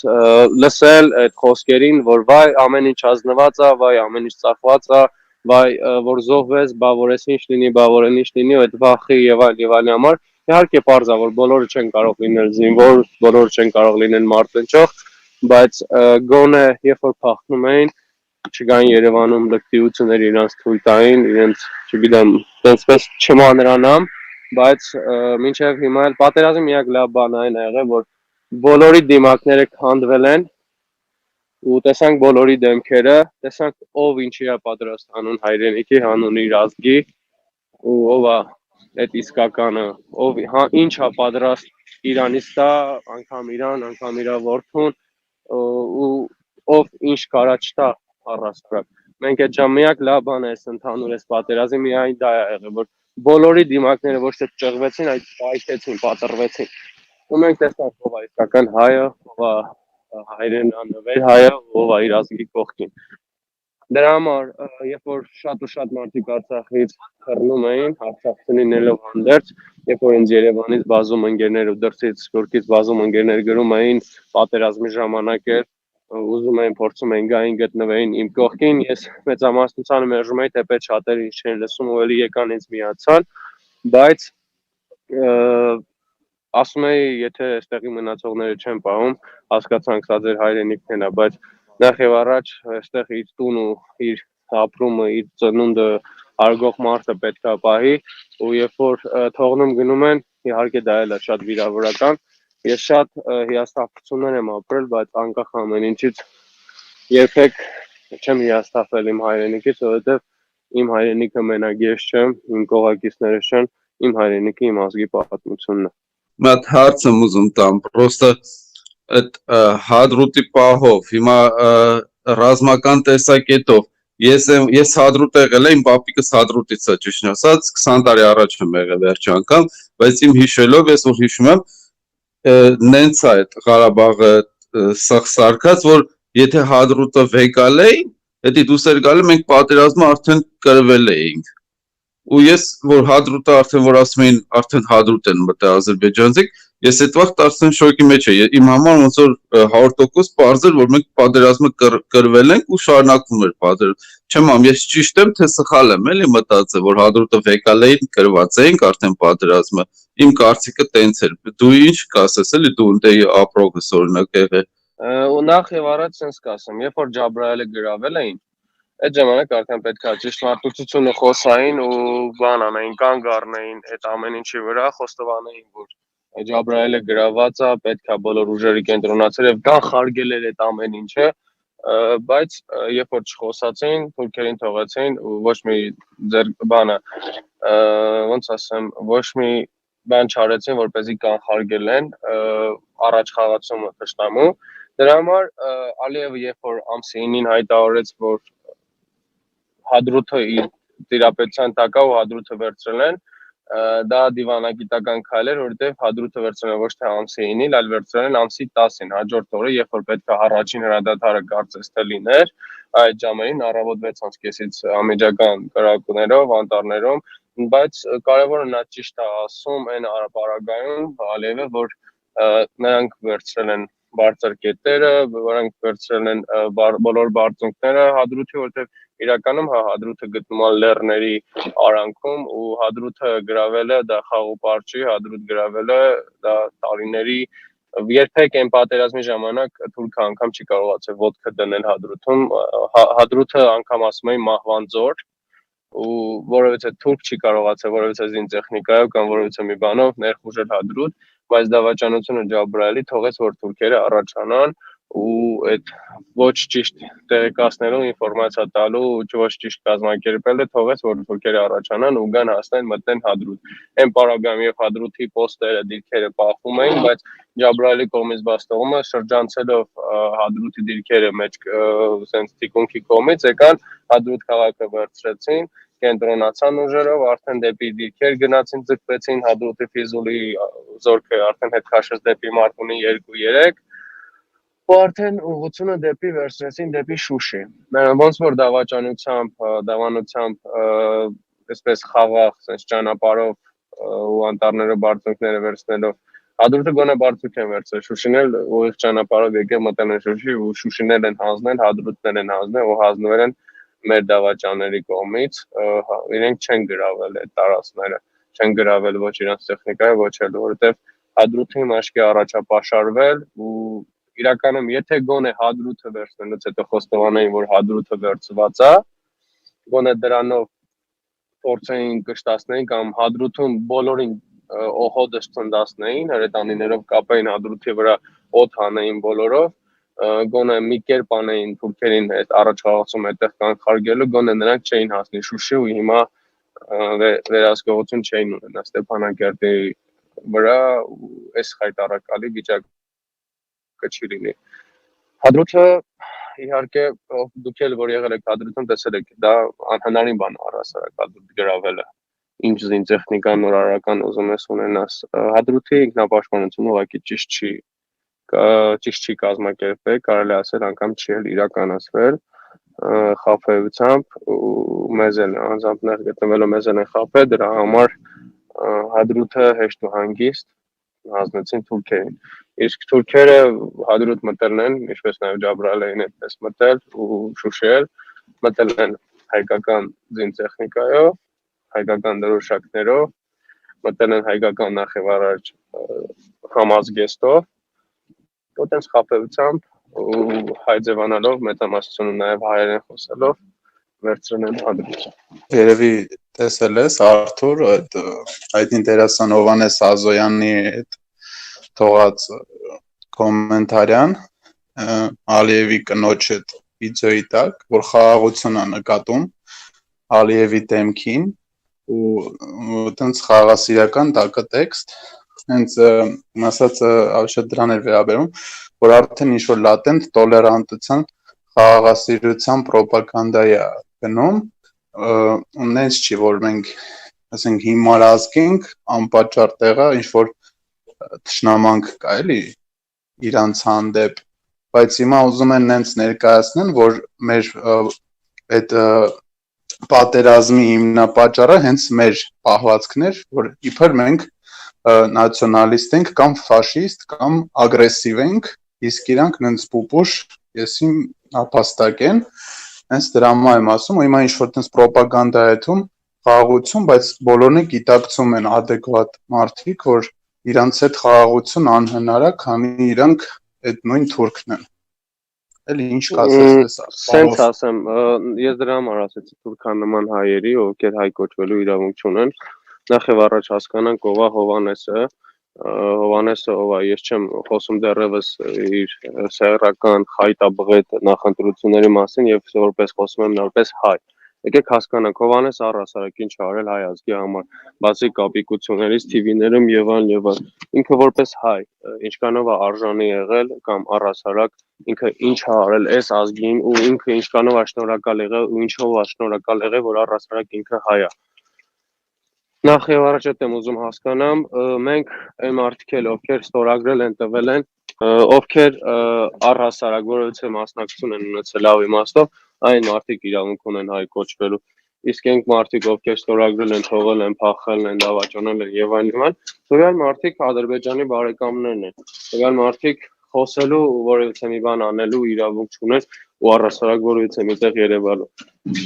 Ես չխոսեմ, թե դրանից հետո նմանատիպ մարդկանց, որ հանդիպել եմ, ինչ եմ արել, կարող է ինձ ագրեսիվ են ասում, կարող է, չգիտեմ, ինձ ասում են խելագար, ինչ ես շիշ օրինակ ջարդում ես մեկի գլխին, բայց ես ասում եմ, տվյալ դավաճանները իրավունք չունեն ապրելու Հայաստանում ու առավել եւս իրանց այդքան լավ զգալու։ Ու առհասարակ աշխարհի որ ծայրում է լինել, մեկը հենց այդ է խնդիրը, որ Ռուսի վրա մի հատ ռուս էին զոհվում, ռուսները գալիս քիմիական զենք էին թափում նրանց գլխին։ Իսկ մենք այսքան զինվոր կորցրեցինք ու մինչ օրս չունենք Նեմեսիս, չունենք Ասալա, մենք պետք է ունենանք Ասալա ու Նեմեսիս ու բոլոր այս դավաճանների ու բոլոր այս սրիկանների հաշվեհարդարը պետք է տեսնել։ Աշխարհի որ ծայրում է լինի։ Մեր արժանապատվությունը դրանում է կայանում իրականում։ Նախ ուզում եմ ողջունեմ Արտուրին ու իրան ասեմ ինձ որպես մարտական ընկեր, որովհետև մենք երևի նույն տարածքում ենք եղել, խոսում էր Հադրութի մասին, խոսում էր Հադրութը հանձնելու եւ այլը։ Կուզեմ ընդամենը մի հատ հարց տամ Արտուրին։ Ուրեմն Արտուր ջան, ես Հադրութի առաջնագիծը թողել եմ հոկտեմբերի 27-ին, չգիտեմ դու երբ ես թողել, ինչ հրամանով ես դուրս եկել այնտեղից, ձեզ ինչ հրաման ա եկել, կարաս հանգիստ ասես, որովհետև իմ ընկերը այդ հարցը ուղղել է մեր երկրի վարչապետին, ես ինքս Սիսյանցի եմ, ուղղել է Սիսյանի տարածքում, երբ որ ինքը եկել էր ու մենք տենց էլ պատասխան չենք ստացել, ուղղակի ես տարբեր տեղերում հարց եմ տվել, ում որ հրամանով, ասենք, դուրս են հանել դիրքերից, ես ուզում եմ իմանամ դուք ինչ հրաման եք ստացել, որ Հադրութի դիրքերից դուրս եք եկել, չեմ ուզում ասես, որ դիրքում ես եղել, դրա կարիքը չկա, ուղղակի հետաքրքիր է ձեզ ինչ հրաման ա եկել ու դուք ոնց եք դուրս եկել այնտեղից։ Դուք ասացիք ամսի քանիսին եք դուրս եկել այնտեղից ու ինչ հրամանով։ Հա, ես դուրս եմ եկել հոկտեմբերի 27-ին, եղել եմ Հադրութի առաջնագծում ու մեզ եկել է հրաման որ լավ փակագծերը բացեմ, դու ուղղակի իմ հարցին չպատասխանիր, ես պատասխանեմ։ Չեք պատասխանեմ։ Հա, ուղղակի կուզենայի սկզբում քեզ լսեի, հետո իմանայի նույն հրամանն ենք ստացել, թե տարբեր ա եղել հրամանները։ Դուք երբ եք դուրս եկել այնտեղից։ Հոկտեմբերի 27-ին։ Հոկտեմբերի 27-ին, եղբայր։ Գնացել եք այնտեղ հոկտեմբեր։ Ես հոկտեմբերի 4-ին եղել եմ իմ դիրքում։ Հասկացա։ Նայ, ես նոյեմբերի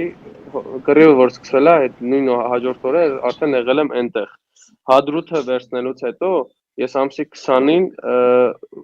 ամսի 10-ին վերցրել են, ես հետո 10 օր հետո որ տեսնելով որ չկա օպտիկա, չկա կապի միջոց, ռացիաներ եւ այլն, օպտիկա, տեպլավիզորներ, գիշերային տեսանելիության սարքեր եւ այլն, ու անօթաչու սարքերի համար, որ արդեն դրսից եկա մեծ քանակությամբ ուղարկվել էր իմ հասցեին կոնկրետ, պետքա գայի аэроպորտից ստանայի։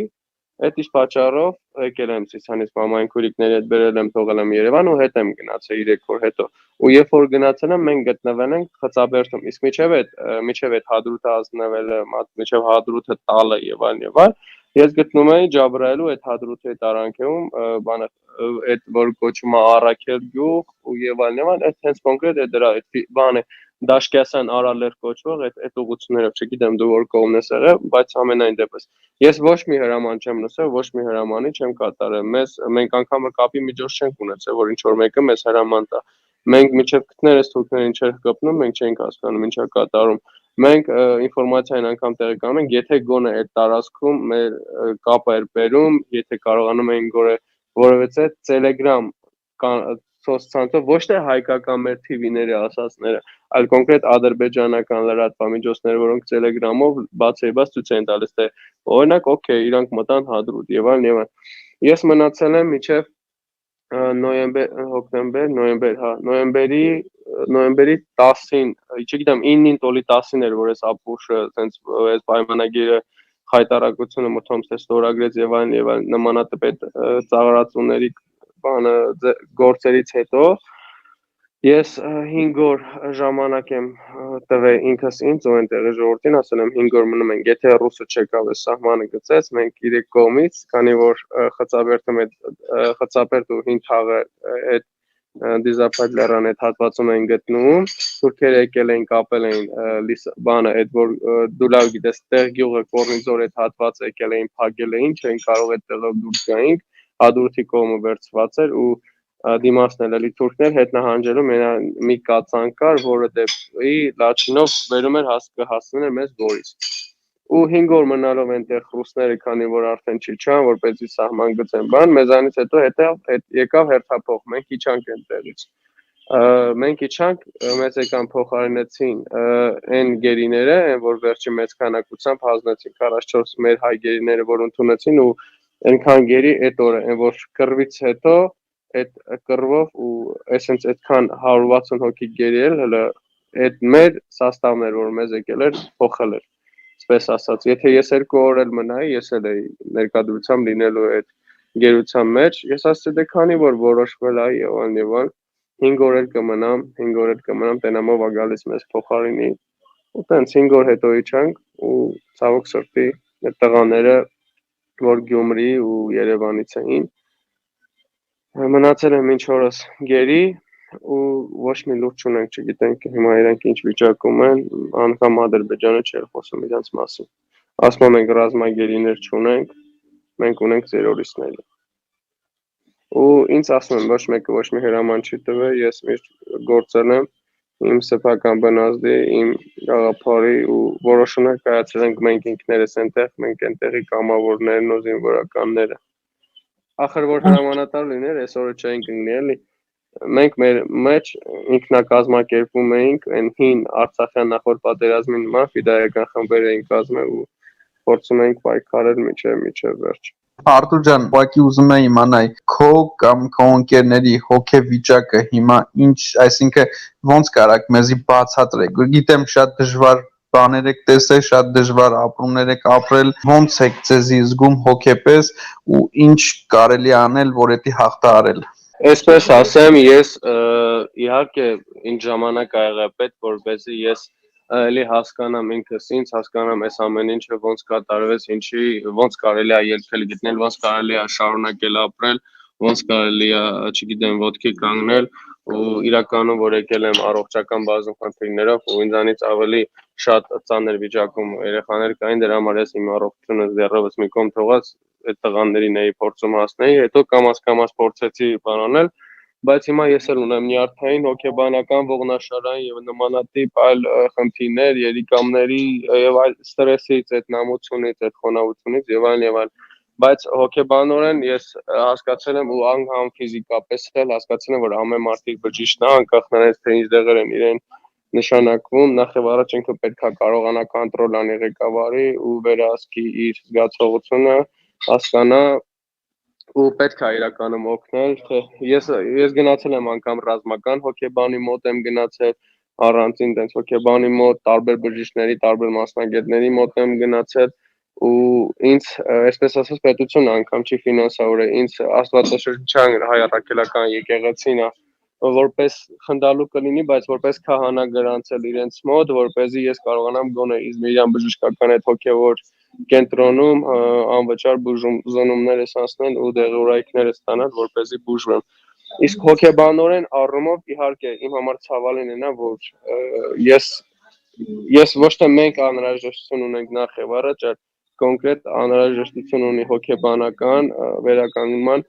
ներկայումս առաջնագիծ պահող ցանկացած զինվոր։ Կամավորականների համար պահանջվող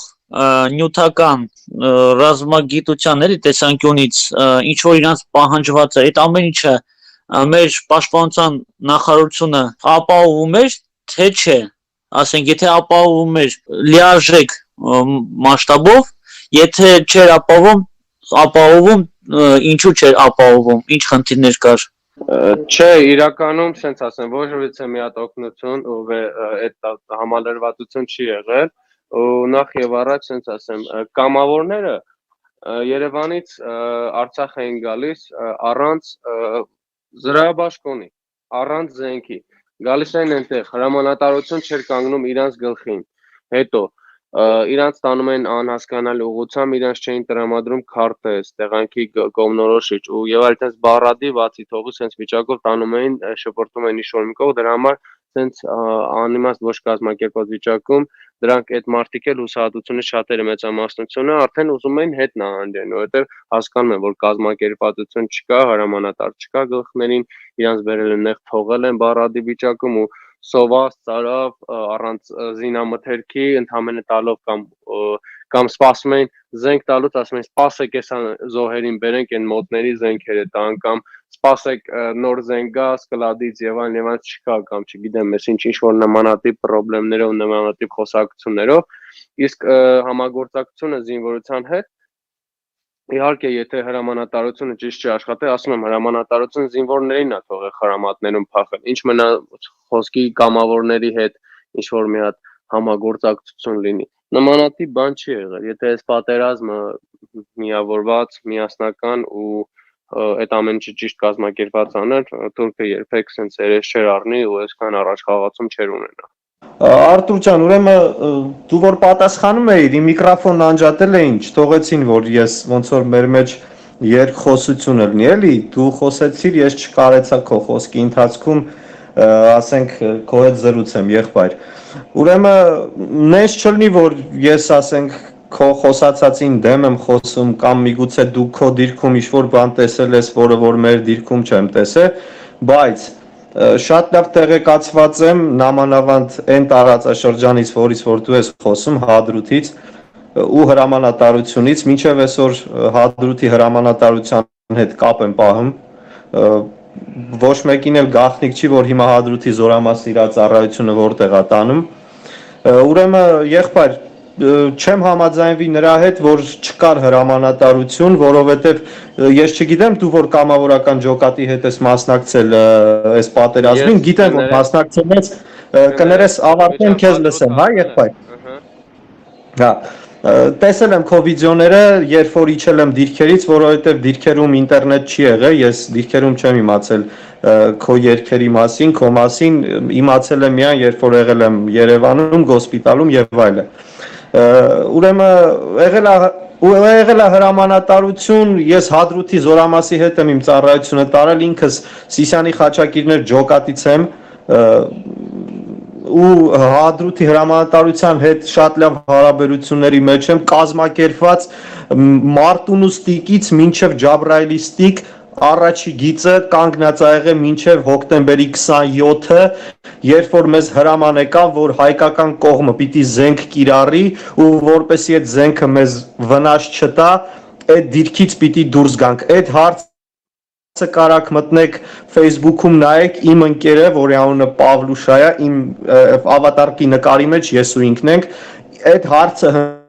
Նիկոլ Փաշինյանին, որի պատասխանը չենք ստացել ու ես քեզ իզուր չհարցրեցի այդ հրամանի մասին, որտեղ այդ հրամանը շատ տեղերում ա եղել, որ մեր կողմը պիտի զենք կիրառի, դուրս եկեք տվյալ հատվածից։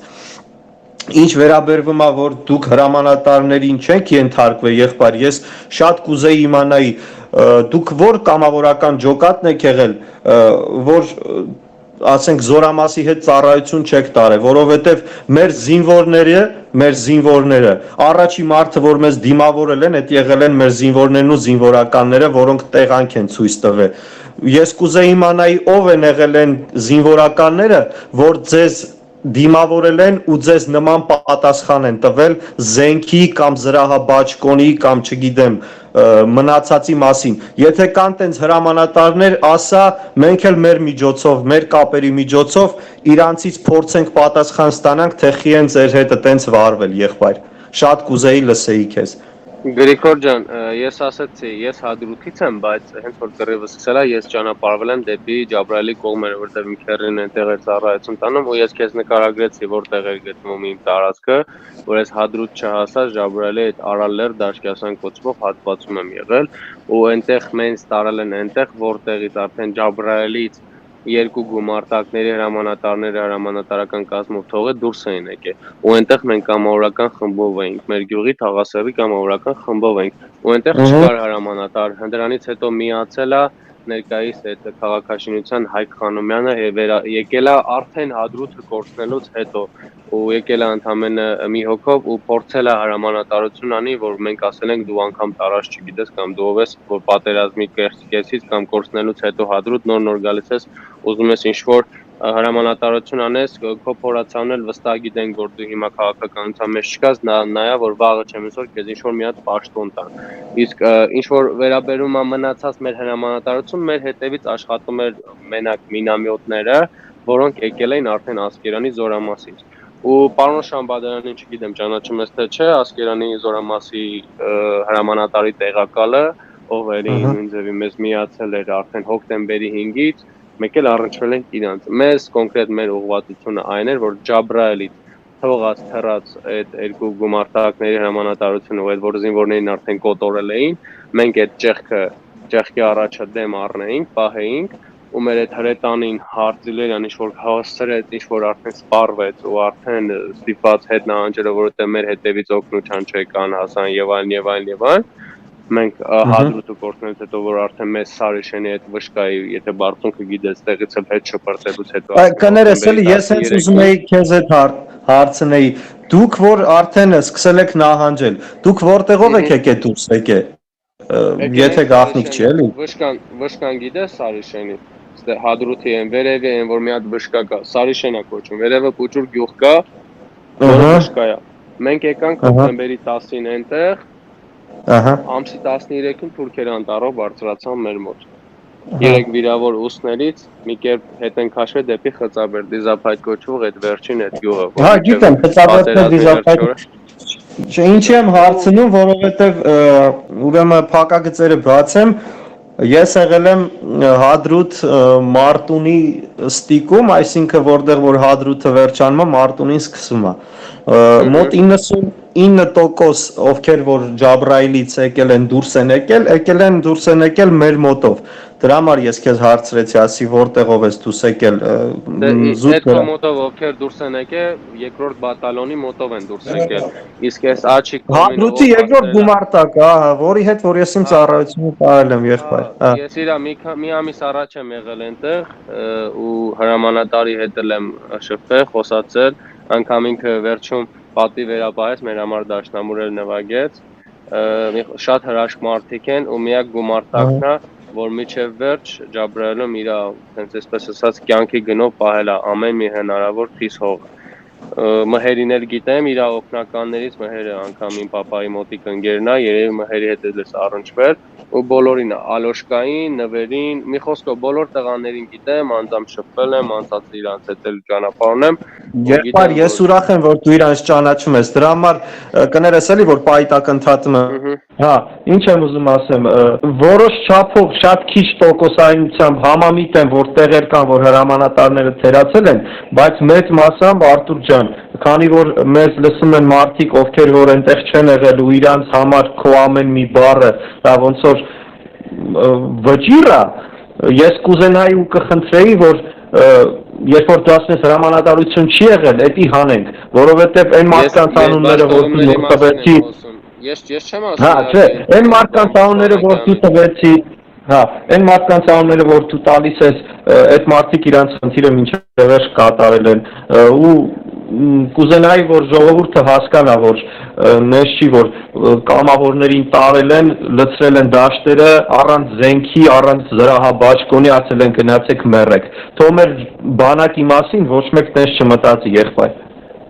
Ես նմանատիպ բան չեմ ասել Գրիգոր, որ առանց զենքի, առանց զրահաբաճկոնի, ես ասել եմ, որ դա ամեն ինչը կազմակերպել է Հադրութում, Ջաբրայելում, կազմակերպել է Ստեփանակերտում, Ցորում։ Ես խոսում եմ բաստողումների մասին, ես չեմ խոսում լավերի մասին։ Լավը այնա, որ այդ 44 օրը այդ ինչ որ կար, այդ ամեն ինչով մեր տղաները կարողացել են ու ոտքի են կարողացել մնալ, ու լավը այնա, որ ես ու դու ողջ ենք մնացել ու կարողանում ենք այս թեմայի շուրջ խոսալ ու ճիշտը խոսալ միմիայն։ Ահա, դու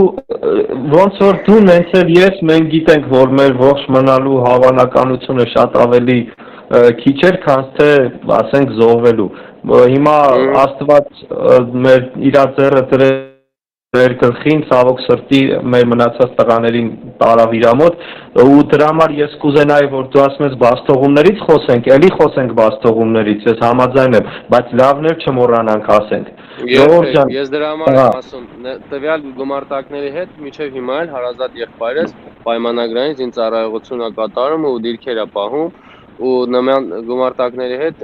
ես առնչվում եմ, օգնություն եմ տանում, ինչ օրս էլ հասնում ես իրանց էլ անձամբ գիտեմ ու դրա համար եմ ասում, երբ որ ինձ ասում են ինչ որ մի հատ օգնություն եւ այլ, նախ եւ առաջ խոսում եմ իրանց անունից, որովհետեւ գիտեմ կոնկրետ իրանց ինչ է անհրաժեշտ ներկայությամբ գոնե այնտեղ մի քիչ բարելաված իրանց զգալու համար։ Հարցս հետևյալն է, դուք որպես ապրիլյան քարորիայի եւ վերջին պատերազմի մասնակից որոշակի համեմատություն կուզենայի լսեի, թե պատրաստվածության առումով, թե հրամանատարության եւ թշնամու հարձակման հետ կապված։ Ապրիլյան պատերազմի ժամանակ, ապրիլյան պատերազմի մասին քարորիա չեմ ասում, որովհետեւ դրանից հետո էլի օրեր ա եղել, որ պատերազմները ընթացել, բայց մինչեւ հիմա ձեզ ու շատ մարդկանց չեն ասել ճշմարտությունը, չեն ասել էլի ոնց են կանխարգել է թշնամու հակահարձակումները, ոնց են թշնամուն հակահարձակումներ տվել ու սենց ասեմ, ապրիլյանը էքսպերիմենտ էր, որպեսզի հասկանային Ադրբեջանը ինչքանով է պատրաստ առանց Թուրքիայի կամ Թուրքիայի հետ ինչով ինչ ձևի կարա ճեղքի որևէ մի հատ անց, ոնց կարա անի, փորձ էր, որը խափանվեց։ Ես ապրիլյանի եղել եմ որպես զինվոր ու այդ ժամանակ կազմակերպվածությունը բանը գտնում էր վերին աստիճան վերահսկողության տակ ու այդ ամեն ինչով, իսկ այս մյուս պատերազմին ես եղել եմ կամավոր ու տեսել եմ եւ երրորդ եւ երկրորդ եւ առաջինից ու այդ ցավոք սրտի տեսել եմ այդքան բազում դավաճանություններ, դավադրություններ եւ այլ ու կազմակերպված այդ ամեն ինչը, ասենց ասած, սարկած, որ այդ ամեն ինչը այդ ոնով գնա։ Դրա համար բացի դրանից իհարկե տեսել եմ այդ կատարելագործումը, եթե ապրիլյանի ժամանակ օդում ֆռում էր մի հատ անօթաչու սարք, այն էլ կամ մարտական արկերով կլինի կամ չէ, իսկ այս պատերազմի ժամանակ մեր գլխավերևում մինիմում 3-4 հատ կամիկաձեր էին շրջանաբանը թռչում ու ամեն ինչը ինչքան է տեխնիկան հակա կար, դա հնարավոր չէր կանխարգելել ու իհարկե այդ կամիկաձե բաների, մահապարտների թվաքանակի շատությունը իհարկե այդ զենք զինատեխնիկայի մեծ քանակությունը ու այդ բաց թողումներից բացի այդ ամեն ինչի կազմակերպվածությունը ինչ որ խոսքի իրանց ճակերտավոր բերեց հաջողության։ Իհարկե համեմատելու չի, որ համատում ես կարա ապրիլյանը պատերազմ լինի, սա պատերազմ չլինի, կամ եթե սա պատերազմ է, ուրեմն ապրիլյանը ոչ էլ պատերազմ է եղել, այլ մի քանի որ զուտ զգուշացում էր։ Իսկ մի հատ հարց է հետաքրքրում։ Դուք որ ասում եք հրամանատարները փախնում են ու զինվորները, որոշ հրամանատար, բոլորին չեմ կարող ասեմ։ Իհարկե։ Զինվորները մնում էին, ու հրամանատարները փախնում էին։ Ինձ հենց հարց է հետաքրքիր։ Այս 4 ամսվա մեջ դուք կամ որոշ զինվորներ քիչ է գնացել վայնի պրոկուրատուրա ու զավլինի գրել, այսինքն Մեզ ոչ մեկ չի լսում, ոչ էլ ընդունում են։ Ասում են այդ մարդկանց փնտրում ենք, բայց այդ մարդկանց չեն գտնում։ Հավաքվեք որոշ մարդկանցով, վայնի պրոկուրատուրա գնացեք, գրեք, որ ասեք, այսքան մարդիկ, իրի ձեզ չեն հավատում։ Ինձ դա հետաքրքրում է вообще։ Ասում եմ, մենք դիմում Շնորհակալություն հարցուց քանդել։ Փնտրում են, բայց դեռևս ռոզիսկի մեջ են ու չեն գտնվել այդ մարդիկ, այդքան բան։ Արտուր ջան, չեմ ուզում շատ երկարացնեմ, ես գրուպայում в принципе բանը խնդրանքս ասեցի, ես ոչ հարց ունեմ, ոչ էլ բան, դե ասենք հարց տալու համար պետք է մի քիչ ներկայանամ, պատերազմի ժամանակ մենք ստեղծեցինք խումբ ինտերնետ վայսկա Արմենիա անունով թշնամու դեզինֆորմացիայի դեմ պայքարը սկսեցինք ու մինչև հիմա էլ չենք կանգնեցրել, հետո ընթացքում Մոսկվա քաղաքում պիկետներ կազմակերպավ, ինիցիատոր կար, մարդ կար, տեսանք, մենք էլ միացանք ու բողոքի ակցիան Ադրբեջանի դեսպանատան դեմ եւ MIDI դեմ Մոսկվայում պիկետների ենք կանգնում։ Խնդրանքս այս պոստը ես տեղադրեցի էլի, դե դուք համ պատերազմի մասնակից եք, համ էլ երկիչ եք, կունենաք ձեր երկրպագուները, ինձ թվում է այս պոստը ձեզ մոտ որ տեղադրեք, հեռախոսի համարը բան կա, ամբողջ Մոսկվայում միլիոնից ավել հայ կա, բայց մենք 70 քանի հոգով ենք այս 4 ամիս, չէ, 3 ամիս պիկետ անում, էլի, որ մեզ միանան ռեզոնանս տանք այս հարցում, որովհետև մեր ռազմագերիների հարցով ոնց որ ոչ մեկի վեճը չի, էլի, բայց թե իրանք մեր ախպերներն են, իրանք ուղղակի հայ ելնելու պատճառով հիմա այդ դաժան պայմանների մեջ են այդ տերորիստական ռեժիմի, իրանց ռեժիմ ուրիշ ձև չես կարող անվանես։ Խնդիր չկա, ես արդեն խոսալու ընթացքում Telegram-յան իմեջում եմ տարածել, հետո Instagram, Facebook մնացած տեղները կտարածեմ։ Իմ համար իրական ողջունելի է, որ դուք էլ այդտեղից եք ձեր գործը կատարում։ Ձեր գործի համար էլ նույն ձևի փոխադարձաբար շնորհակալություն։ Քանի որ հիմա հնչելու է Արտուրի զրնգուն ձայնը, որը չգիտեմ, միգուցե հարևաններին արթնացնի եւ այլն, բայց երևի թե հաղորդման ամենասպասված պահն է, Արտուր ջան, ինչպես խոստացել ենք, կխնդրեմ եւս մեկ անգամ քո ոգևորիչ ձայնով հնչեցնես Գինիլից երգը, խնդրեմ։ Ճիշտ ասած, ես ուրիշ երգ էի պատրաստել, բայց որ եք ուզում, օքեյ է։ Շնորհակալ Կանկանաս եղբայր։ Դու ջան, Մենք երկուսը կարող ենք լսել Արտուր ջան։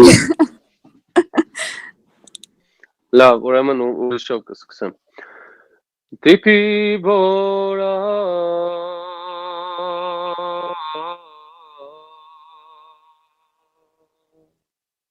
մուտ գիշերի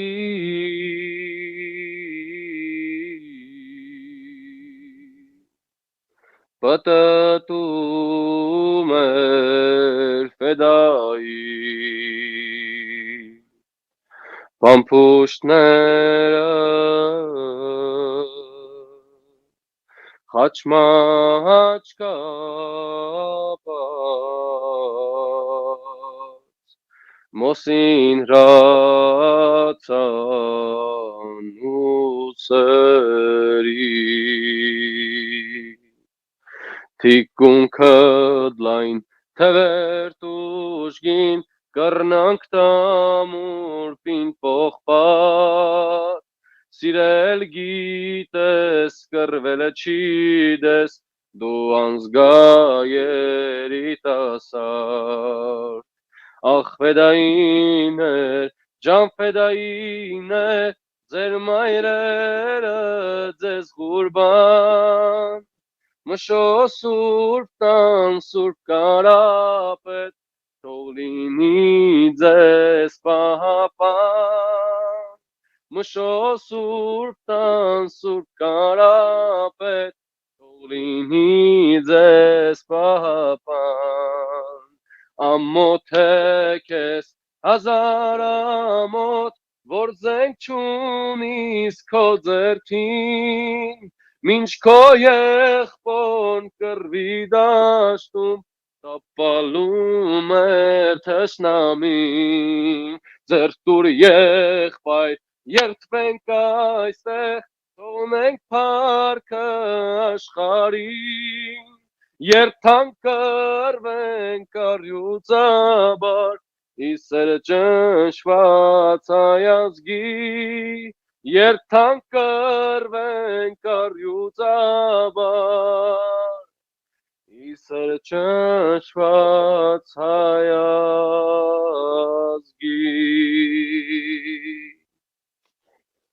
Էսի մեկ։ Բրավո։ Բրավո։ Գնացին երկուսին։ Տանցպար։ Աշխարհ սարսեց հայի ահը, գետին ընկավ թուրքի գահը, պատմեմ ձեզ Թալյաթի մահը գինիլից, հանգերը ջան գինիլից, խմողած անուշ անուշ, խմողած անուշ, պատմեմ ձեզ Թալյաթի մահը գինիլից, հանգերը ջան գինիլից, լից խմողած անուշ անուշ, խմողած անուշ, դաշնակցություն ժողովարեց,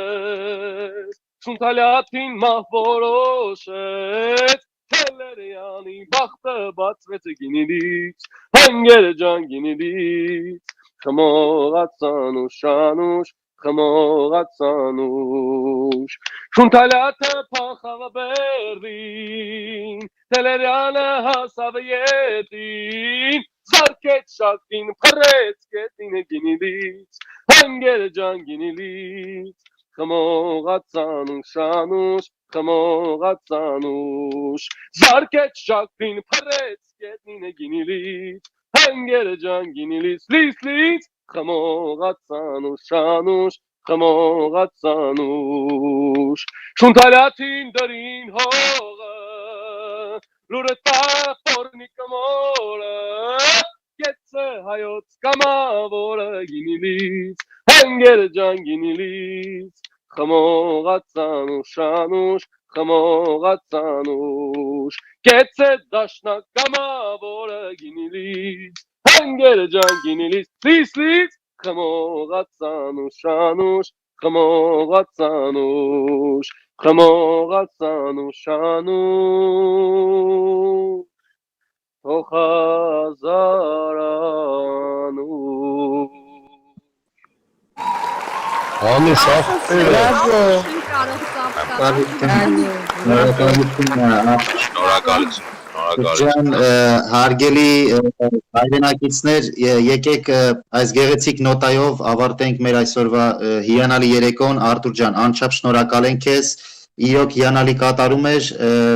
ձայնդ անսպառ, քեզ մեծ բեմեր ենք մաղթում, լեփլեցուն դալիճներ, եւ թող քո ձայնը հասնելով թշնամուն ահ ու սարսափ առաջացնի։ Եվ քանի որ հավատքը շատ մեծ դեր ունի քո կյանքում, Արտուր ջան, ամենակարևորը երգը թող սլանա դեպի վեր ու հասնի արդարությանը։ Եվ վստահ եմ, որ կա արդարություն եւ մի գեղեցիկ օր մենք կազատագրենք ոչ միայն քո հայրենի հադրութը, այլ մեր պապերի երկիրը, Արևմտյան Հայաստանը, Ջավախքը, Նախիջևանը եւ մյուս բոլոր մեր հայրենի կորուսյալ հողերը։ Կրկին անգամ շնորհակալություն, այո, իրոք ճամփա ունենք, պիտ հասնենք Սասուն։ Կաջերի հողը մեզ է սպասում։ Այո։ Լավ եղեք, ձեզ նույնպես շնորհակալություն, Աստված պահապան բոլորին։